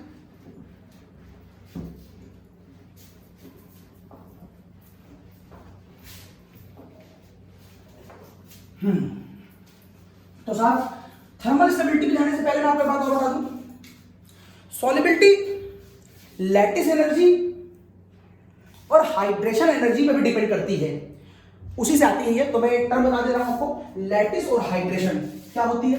देखिए लैटिस एनर्जी, सब लैटिस एनर्जी का मतलब होता है, मान लो एक कैटायन है और उसको बहुत सारे एनायनों ने घेर रखा है। आप सॉलिड स्टेट 12th में अगर आप हैं तो पढ़ चुके होंगे, फर्स्ट ईयर में हैं तो आप इतना जान लें कि कैटायनों और एनायनों के बीच एक सिस्टम होता है, एक सॉलिड है, सॉलिड स्टेट होती है, एक लैटिस होता है, FCC BCC आपने पढ़ा होगा अगर आप 12th में हैं। तो एक ऐसा लैटिस है, उसको लैटिस कहते हैं, आपको मालूम है। अब लैटिस एनर्जी क्या होती है, अगर आप इस कंपाउंड को गर्म करें और गर्म करके इतना गर्म कर दे कि इसका कैटायन और एनायन गर्म होकर के हवा में दूर दूर इनफाइनाइट दूरी पे चला जाए, तो इस समय जितनी एनर्जी आपने इसको दी होगी उस एनर्जी का नाम ही लैटिस एनर्जी होता है। लैटिस एनर्जी ये बिल्कुल नहीं होता है कि आपने किसी सॉलिड को गर्म किया और वो मेल्ट कर गया लिक्विड, और आप कहेंगे जितनी एनर्जी मैंने दी वो उसकी लैटिस एनर्जी, नहीं नहीं, वो तो उसका मेल्टिंग पॉइंट है। लैटिस एनर्जी का मतलब है आप उसे कैटायनों और एनायनों को दूर दूर ले जाएं, that is known as lattice energy. और इसी को आप हीट ऑफ डिकम्पोजिशन भी कह सकते हैं। यही हीट ऑफ डिकम्पोजिशन भी है, ये हीट ऑफ डिकम्पोजिशन नहीं है लेकिन ये हीट ऑफ डिकम्पोजिशन है।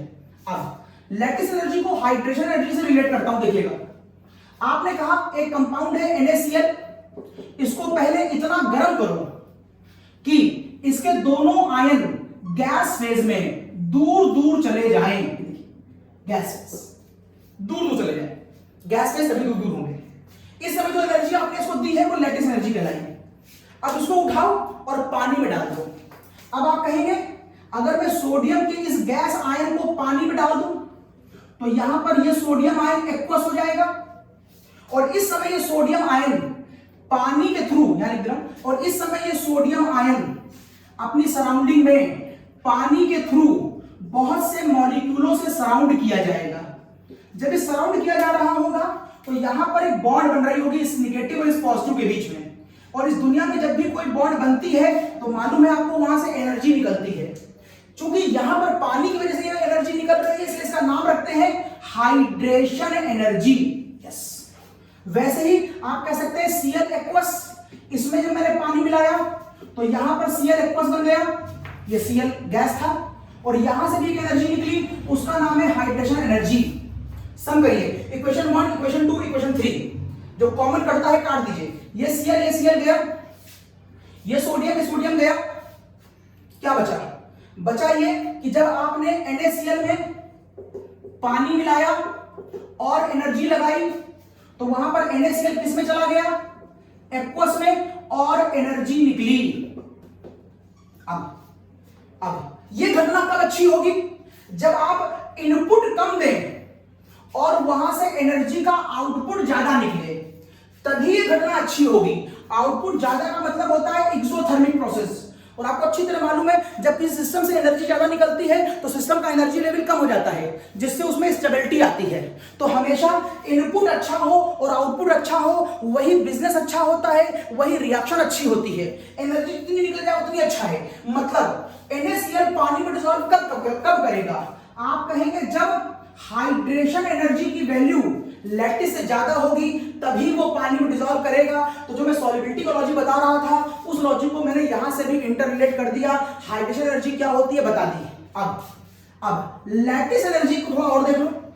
किसी सॉल्ट की लैटिस एनर्जी बहुत ज्यादा है, इसका मतलब क्या है? उसका ये क्रिस्टल बहुत मजबूती से बना हुआ है।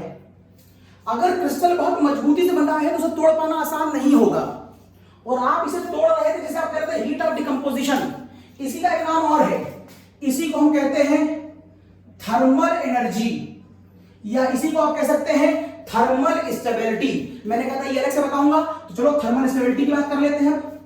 बहुत सामान्य सी बात, जिसमें ये चीज बहुत मजबूत होगी, जिसको तोड़ने में एनर्जी बहुत चाहिए होगी। आप कह सकते हैं सर वो थर्मली बहुत स्टेबल है, उसे तोड़ पाना मेरे लिए बहुत आसान नहीं है, उसे तोड़ने में बहुत एनर्जी चाहिए।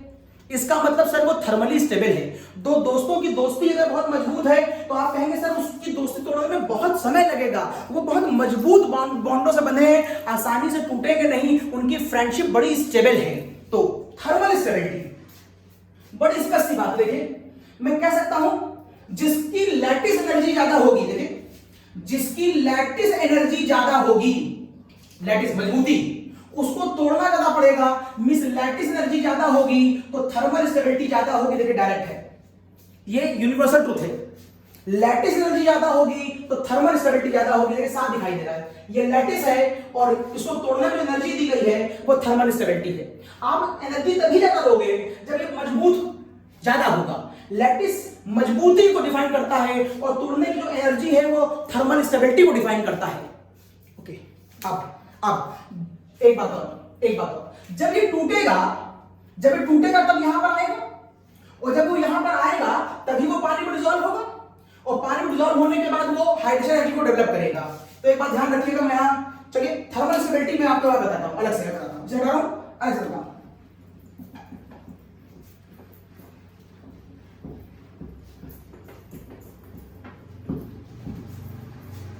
अब मैं बात करता हूं आपसे थर्मल स्टेबिलिटी के ऊपर। मैंने कहा था थर्मल स्टेबिलिटी की बात अलग से करूंगा, मैं थर्मल स्टेबिलिटी की बात करने जा रहा हूं। This is my last point, thermal stability. देखिए एक बात जान लीजिए, जैसे ही मैं आपसे बोलूं थर्मल स्टेबिलिटी, आप तुरंत कहिएगा सर आप लैटिस एनर्जी से रिलेट करने जा रहे हैं। Thermal stability is directly proportional to lattice energy. Okay, अब थर्मल स्टेबिलिटी दो तरीके से डिफाइन की जा सकती है, एक कोवेलेंट मॉलिक्यूल में और एक आयनिक मॉलिक्यूल में। थर्मल स्टेबिलिटी को डिफाइन करने के दो तरीके हैं। आप कहां डिफाइन करना चाहते हैं? इट इज योर विश कि आप कोवलेंट में करना चाहते हैं कि आयनिक में। कोवलेंट में करते हैं तो थर्मल स्टेबिलिटी उसकी बॉन्ड एनर्जी से डिफाइन होती है, अभी दिखाता हूं मैं आपको। जबकि आयनिक में आप करेंगे तो इसको दो पार्ट में ले जाएंगे। आप मोनो एटॉमिक एनायन के डिस्कशन में जा रहे हैं कि आप पॉली एटॉमिक आयन के डिस्कशन में जा रहे हैं। पॉली एटॉमिक एनायन, इस बिहार पर ये दो भागों में बढ़ जाएगी। बेसिकली हम सारा काम इसकी लैटिस एनर्जी से करते हैं, ये बॉन्ड से करते हैं, ये दोनों लैटिस से करते हैं। इस क्वेश्चन को सॉल्व करते समय आप लॉजिक लगाइएगा कि लैटिस एनर्जी वहां पाए जाने वाले रेडियस ऑफ कैटायन और एनायन के इनवर्स रिलेशन से आएगा। अभी मैं समझा दूंगा, फिलहाल फॉर्मूला बता दे रहा हूं। जबकि यहां पर आप कहेंगे कि यहां पर जो लैटिस एनर्जी है वो वहां पर पाए जाने वाले एटम्स कैटायन या एनायन की पोलराइजिंग पावर से आता है। ये बुक में अच्छी किताबों में कुछ पॉइंट दिए हुए मैंने बताए हैं, लेकिन मैं सबको बता दूंगा, ओपन कर दूंगा। बुक में पोलराइजिंग पावर लिखी हुई है, मैं थोड़ा और खोल दे रहा हूं। पोलराइजिंग पावर मींस दिस, और पोलराइजिंग पावर मतलब दिस, और इसका मतलब एनायन का डायरेक्ट और कैटायन का इनवर्स। तो चाहे तो आप इसे और खोल दें, it is directly to anion का डायरेक्ट और कैटायन का इनवर्स। तो इनवर्स पर कहां चला जाएगा? ऊपर। ये देखिए, अगर आप इस केस में बात करेंगे तो लैटिस एनर्जी इन दोनों पे ऐसे रिलेट करेगी, अगर आप इसकी बात करेंगे तो ऐसे करेगी। अगर आपको ये बातें याद रहे तो बहुत अच्छी बात होगी, वरना मैं आंसर तो निकाल ही दूंगा। अब चलिए पहले मैं इनकी बात करता हूं। तो इनकी बात के लिए एग्जाम्पल लीजिए, बताइए HF, HCl, HBr, HI सब कोवेलेंट है। नॉन मेटल सब कोवेलेंट है। बॉन्ड एनर्जी, इसके बीच की लेंथ कम है और इसके बीच की लेंथ ज्यादा है। बॉन्ड लेंथ ज्यादा होगी तो तोड़ना आसान होगा। Bond length is inversely proportional to bond strength. इसका मतलब है इसको तोड़ना आसान है तो इसकी थर्मल स्टेबिलिटी कम है। ये देखिए, इसकी थर्मल स्टेबिलिटी का ऑर्डर ये आएगा। जिसे तोड़ना आसान है उसकी थर्मल स्टेबिलिटी कम है, जिसे तोड़ना मुश्किल है उसकी थर्मल स्टेबिलिटी ज्यादा है। डिपेंड किस पे करेगा? बॉन्ड एनर्जी पर। इसकी बॉन्ड छोटी है तो इसकी बॉन्ड स्ट्रेंथ ज्यादा होगी। इस पेन को तोड़ना आसान है क्योंकि लंबा है, इस ढक्कन को तोड़ना आसान नहीं है क्योंकि छोटा है। वही लॉजिक लगाया मैंने। यहां पर आइए, ammonia, phosphine, arsenic, antimony, bismuth, same logic. ये रेडियस छोटा है, ये रेडियस बड़ा है। रेडियस बड़ा होगा तो इसकी बॉन्ड लेंथ लंबी होगी, रेडियस छोटा होगा तो बॉन्ड लेंथ छोटी होगी। आप समझ गए, ये इसकी थर्मल स्टेबिलिटी होगी किसी चीज को तोड़ना। अगर मैं आपसे बात करूं, बताइए नाइट्रोजन, ऑक्सीजन और फ्लोरीन में किसकी थर्मल स्टेबिलिटी ज्यादा है? यहां पर ट्रिपल बॉन्ड होती है, यहां पर डबल होती है, यहां पर सिंगल होती है। सर इसकी थर्मल स्टेबिलिटी ज्यादा होगी। बिल्कुल ठीक है। बताइए और एग्जांपल। अगर मैं आपसे कहूं बताओ बेंजीन और साइक्लोहेक्सेन में किसकी थर्मल स्टेबिलिटी ज्यादा होगी? आपको लग रहा होगा ये क्वेश्चन तो आप कर लेंगे, बेंजीन की होगी। ये तो सोचिएगा, आपको एक क्वेश्चन लगा कि आप कर लेंगे और वो भी गलत था। यहां पर जो थर्मल स्टेबिलिटी ज्यादा होगी वो इसकी होगी। वजह है यहां पर सिग्मा बॉन्डों का पाई बॉन्ड है और पाई बॉन्ड वीक होती है, और यहां पर सारी की सारी बॉन्डें क्या है? सिग्मा है। तो मैंने आपसे कहा था आंसर बॉन्ड एनर्जी पे आएगा। अगर वीक बॉन्ड होगी, अगर पाई बॉन्ड होगी उसकी कलेक्टिवली एनर्जी कम होगी, और जब यहां पर सारी बॉन्डें सिग्मा होंगी तो उसकी एनर्जी बहुत ज्यादा होगी, इसकी थर्मल स्टेबिलिटी ज्यादा होगी। ये देखिए, अगर मैं आपसे कहूं एक कंपाउंड, ये देखिए इस कंपाउंड में रेजोनेंस लग रहा है और एक ऐसे, और एक कंपाउंड में और ले रहा हूं। देखिए ध्यान से, क्या इसमें रेजोनेंस लग रहा है? क्या इसमें लग रहा है? इसमें अल्टरनेट डबल बॉन्ड है, लग रहा है। इसमें अल्टरनेट नहीं है, नहीं लग रहा। इवन तो ध्यान देखो, इसमें सारी पाई जाने वाली सिग्मा बॉन्ड और पाई बॉन्ड सेम है, सिग्मा पाई सेम है। अब आप यहां रेजोनेंस की बात कर लेंगे। अब आप कहेंगे जो रेजोनेंस इसमें दिख रहा होगा वो ज्यादा अच्छा होगा, ये खराब होगा, इवन तो बाकी सारी बातें सेम है। This is the cause. अब आप कहेंगे ये हाईली स्टेबल है, लेस स्टेबल है। यहां पर देखो, बताओ इस कंपाउंड में और इस कंपाउंड में कौन ज्यादा हाईली स्टेबल होगा? तो दोनों बॉन्ड डिट्टो सेम है, बस अंतर ये है कि ये कॉन्जुगेटेड है, ये नहीं है। इसमें रेजोनेंस लगेगा, इसमें नहीं लगेगा। This is the cause. ये हाईली स्टेबल होगा, ये लेस स्टेबल होगा। एक केस और देखो, बताओ इन दोनों में ज्यादा हाईली स्टेबल कौन होगा? It is CO2 gas and it is SiO2। It is CO2 and it is SiO2। और अगर आपको मालूम हो तो CO2 और SiO2 देखने में एग्जैक्टली ऐसे नहीं होते। अगर आपने P ब्लॉक का हल्का सा डिस्कशन में भी पढ़ा हो या मैं आगे बताऊंगा आपको, तो आप पाएंगे कि CO2 ऐसा होता है, it is a discrete gas like structure, लेकिन SiO2 ट्राई डायमेंशन पे वेब बनाता है। SiO2 का डायग्राम ये होगा, जिसकी वजह से नंबर ऑफ बॉन्ड इसमें ज्यादा हो जाएंगे। कंफ्यूज मत करिएगा कि सर यहाँ पर तो वो 2 थे, यहाँ पर 4 बना दिए। SiO2 के स्ट्रक्चर में डिटेल में बात पढ़ाएंगे हम लोग, ऐसा क्यों होता है बताएंगे आपको। तो फिलहाल यहाँ पर आप कहेंगे कि SiO2 ऐसा होता है, ये ऐसा होता है। यहाँ पर कुछ बॉन्डें पाई है, यहाँ पर सारी सिग्मा है, सिग्मा बॉन्ड मॉलिक्यूल को स्टेबलाइज करेगा, बॉन्ड एनर्जी ज्यादा होगी, स्टेबिलिटी बढ़ जाएगी। वापस आता हूं, ये बात खत्म करता हूं मोनोटॉमिक पर, ये डाला। मैं आपसे बात करता हूं आयनिक कंपाउंड में मोनोटॉमिक। ध्यान रखिएगा, यहां मैं मोनोटॉमिक भी लूंगा और यहां जो एनायन भी लूंगा वो स्मॉल साइज के लूंगा, ये बात ध्यान रखिएगा। एनायन में स्मॉल साइज के लूंगा। स्मॉल साइज में आने वाले एनायन कौन कौन से हैं? हाइड्राइड ले सकते हैं आप, ऑक्साइड ले सकते हैं आप, ऑक्साइड ले सकते हैं आप, फास्फाइड ले सकते हैं आप, नाइट्राइड ले सकते हैं आप, फ्लोराइड ले सकते हैं आप, OH माइनस ले सकते हैं। जितने भी छोटे आयन आप देख रहे हैं वो आप इस एक्सप्लेनेशन में ले सकते हैं। आप एग्जाम्पल देखें, LiF, NaF, बोलो बोलो भाई, पोटेशियम F, सीजियम F। बताइए इनमें से किसकी लैटिस एनर्जी ज्यादा होगी? पहले चेक करो ये आयनिक है कि नहीं। सर कोवलेंट नहीं है, मेटल नॉन मेटल। सर ये आयनिक है। अब आयनिक में इसका एनायन छोटा है कि बड़ा है? सर एनायन छोटा वाला है। एनायन छोटा है तो आंसर किससे निकालोगे? Lattice energy inversely to radius of cation. एक काम करो, हम बताएं, तुम पहले इसकी सॉल्युबिलिटी निकालो और ध्यान रखना सॉल्युबिलिटी लैटिस का उल्टा होगा। जो चीज जल्दी डिसॉल्व होगी इसका मतलब है वो चीज जल्दी वो मजबूत नहीं थी तभी डिसॉल्व हो गई। तो आप सॉल्युबिलिटी चूंकि पढ़ चुके हो, आप सॉल्युबिलिटी निकालो तो लैटिस अपने आप आ जाएगी। सॉल्युबिलिटी निकालो, ये एटम छोटा ये एटम बड़ा, साइज का फर्क है। साइज का फर्क है तो यहीं पर सॉल्युबिलिटी मैक्सिमम होगी। देखो ये ऑर्डर किसका बना दिया मैंने? ये ऑर्डर मैंने बना दिया सॉल्युबिलिटी का, साइज हिसाब से, एक छोटा और एक बड़ा। अगर सॉल्युबिलिटी ये है तो कंफर्म इसकी जो लैटिस एनर्जी होगी वो ये होगी। अगर लैटिस ये होगी तो कंफर्म जो इसकी थर्मल स्टेबिलिटी होगी वो भी यही होगी, क्योंकि पढ़ दो थर्मल स्टेबिलिटी रहे। तो सॉल्युबिलिटी निकालो, सॉल्युबिलिटी का उल्टा लैटिस में लगा दो और लैटिस जो हो वही थर्मल स्टेबिलिटी हो। चेक कर लो, सॉल्युबिलिटी निकाल चुके हैं, लैटिस में आओ। लैटिस में आप कहते हो कि अगर एनायन छोटा है तो इनवर्स का साइन, अगर रेडियस का साइज ज्यादा होगा तो लैटिस कम होगा। F सब में कॉमन है, S छोड़ दो। तो यहां देखो सीजियम का ही साइज सबसे बड़ा होगा। अगर साइज सीजियम में सबसे बड़ा होगा, साइज सीजियम में सबसे बड़ा होगा तो उसकी लैटिस कम होगी। देखो लैटिस कम है तो अगर लैटिस कम हो जाएगी, मजबूती कम हो जाएगी तो उसे हम आसानी से मेल्ट कर पाएंगे, तोड़ पाएंगे, तो उसकी थर्मल स्टेबिलिटी ज्यादा होगी। ठीक तो है। अब आप इसके जितने चाहे उतने क्वेश्चन बना लें। आप इससे बनाओ, इससे बनाओ, इससे बनाओ, इससे बनाओ, इससे बनाओ, इससे बनाओ, बनाते रहो, जितने चाहो उतने बना लो। मेरे पास समय का अभाव है, ऑलरेडी काफी लंबा लेक्चर हो गया है तो मैं एग्जांपल यहां पर कम दे रहा हूं, लेकिन आप ढेरों एग्जांपल बना सकते हैं, जितने चाहे उतने एग्जांपल बना लें। आप कुछ एग्जांपल पॉलीटॉमिक पे देखिए। अब मैं आपसे कहता हूं ये कैसे देखिए, अगर मैं आपसे कहूं LiClO4, NaClO4, KClO4 and caesium ClO4, बताइए इनमें से किसकी लैटिस किसकी थर्मल स्टेबिलिटी ज्यादा होगी?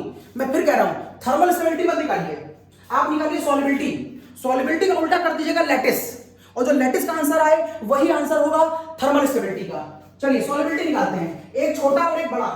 अगर एक छोटा और सॉरी ये तो दोनों बड़े हैं, ये देखिए ये बड़ा है छोटा, जहां छोटा बड़ा होगा उसी के अंदर सबसे ज्यादा सॉल्युबिलिटी होगी। Sir this is the order of solubility, ये आपकी सॉल्युबिलिटी का ऑर्डर आ गया।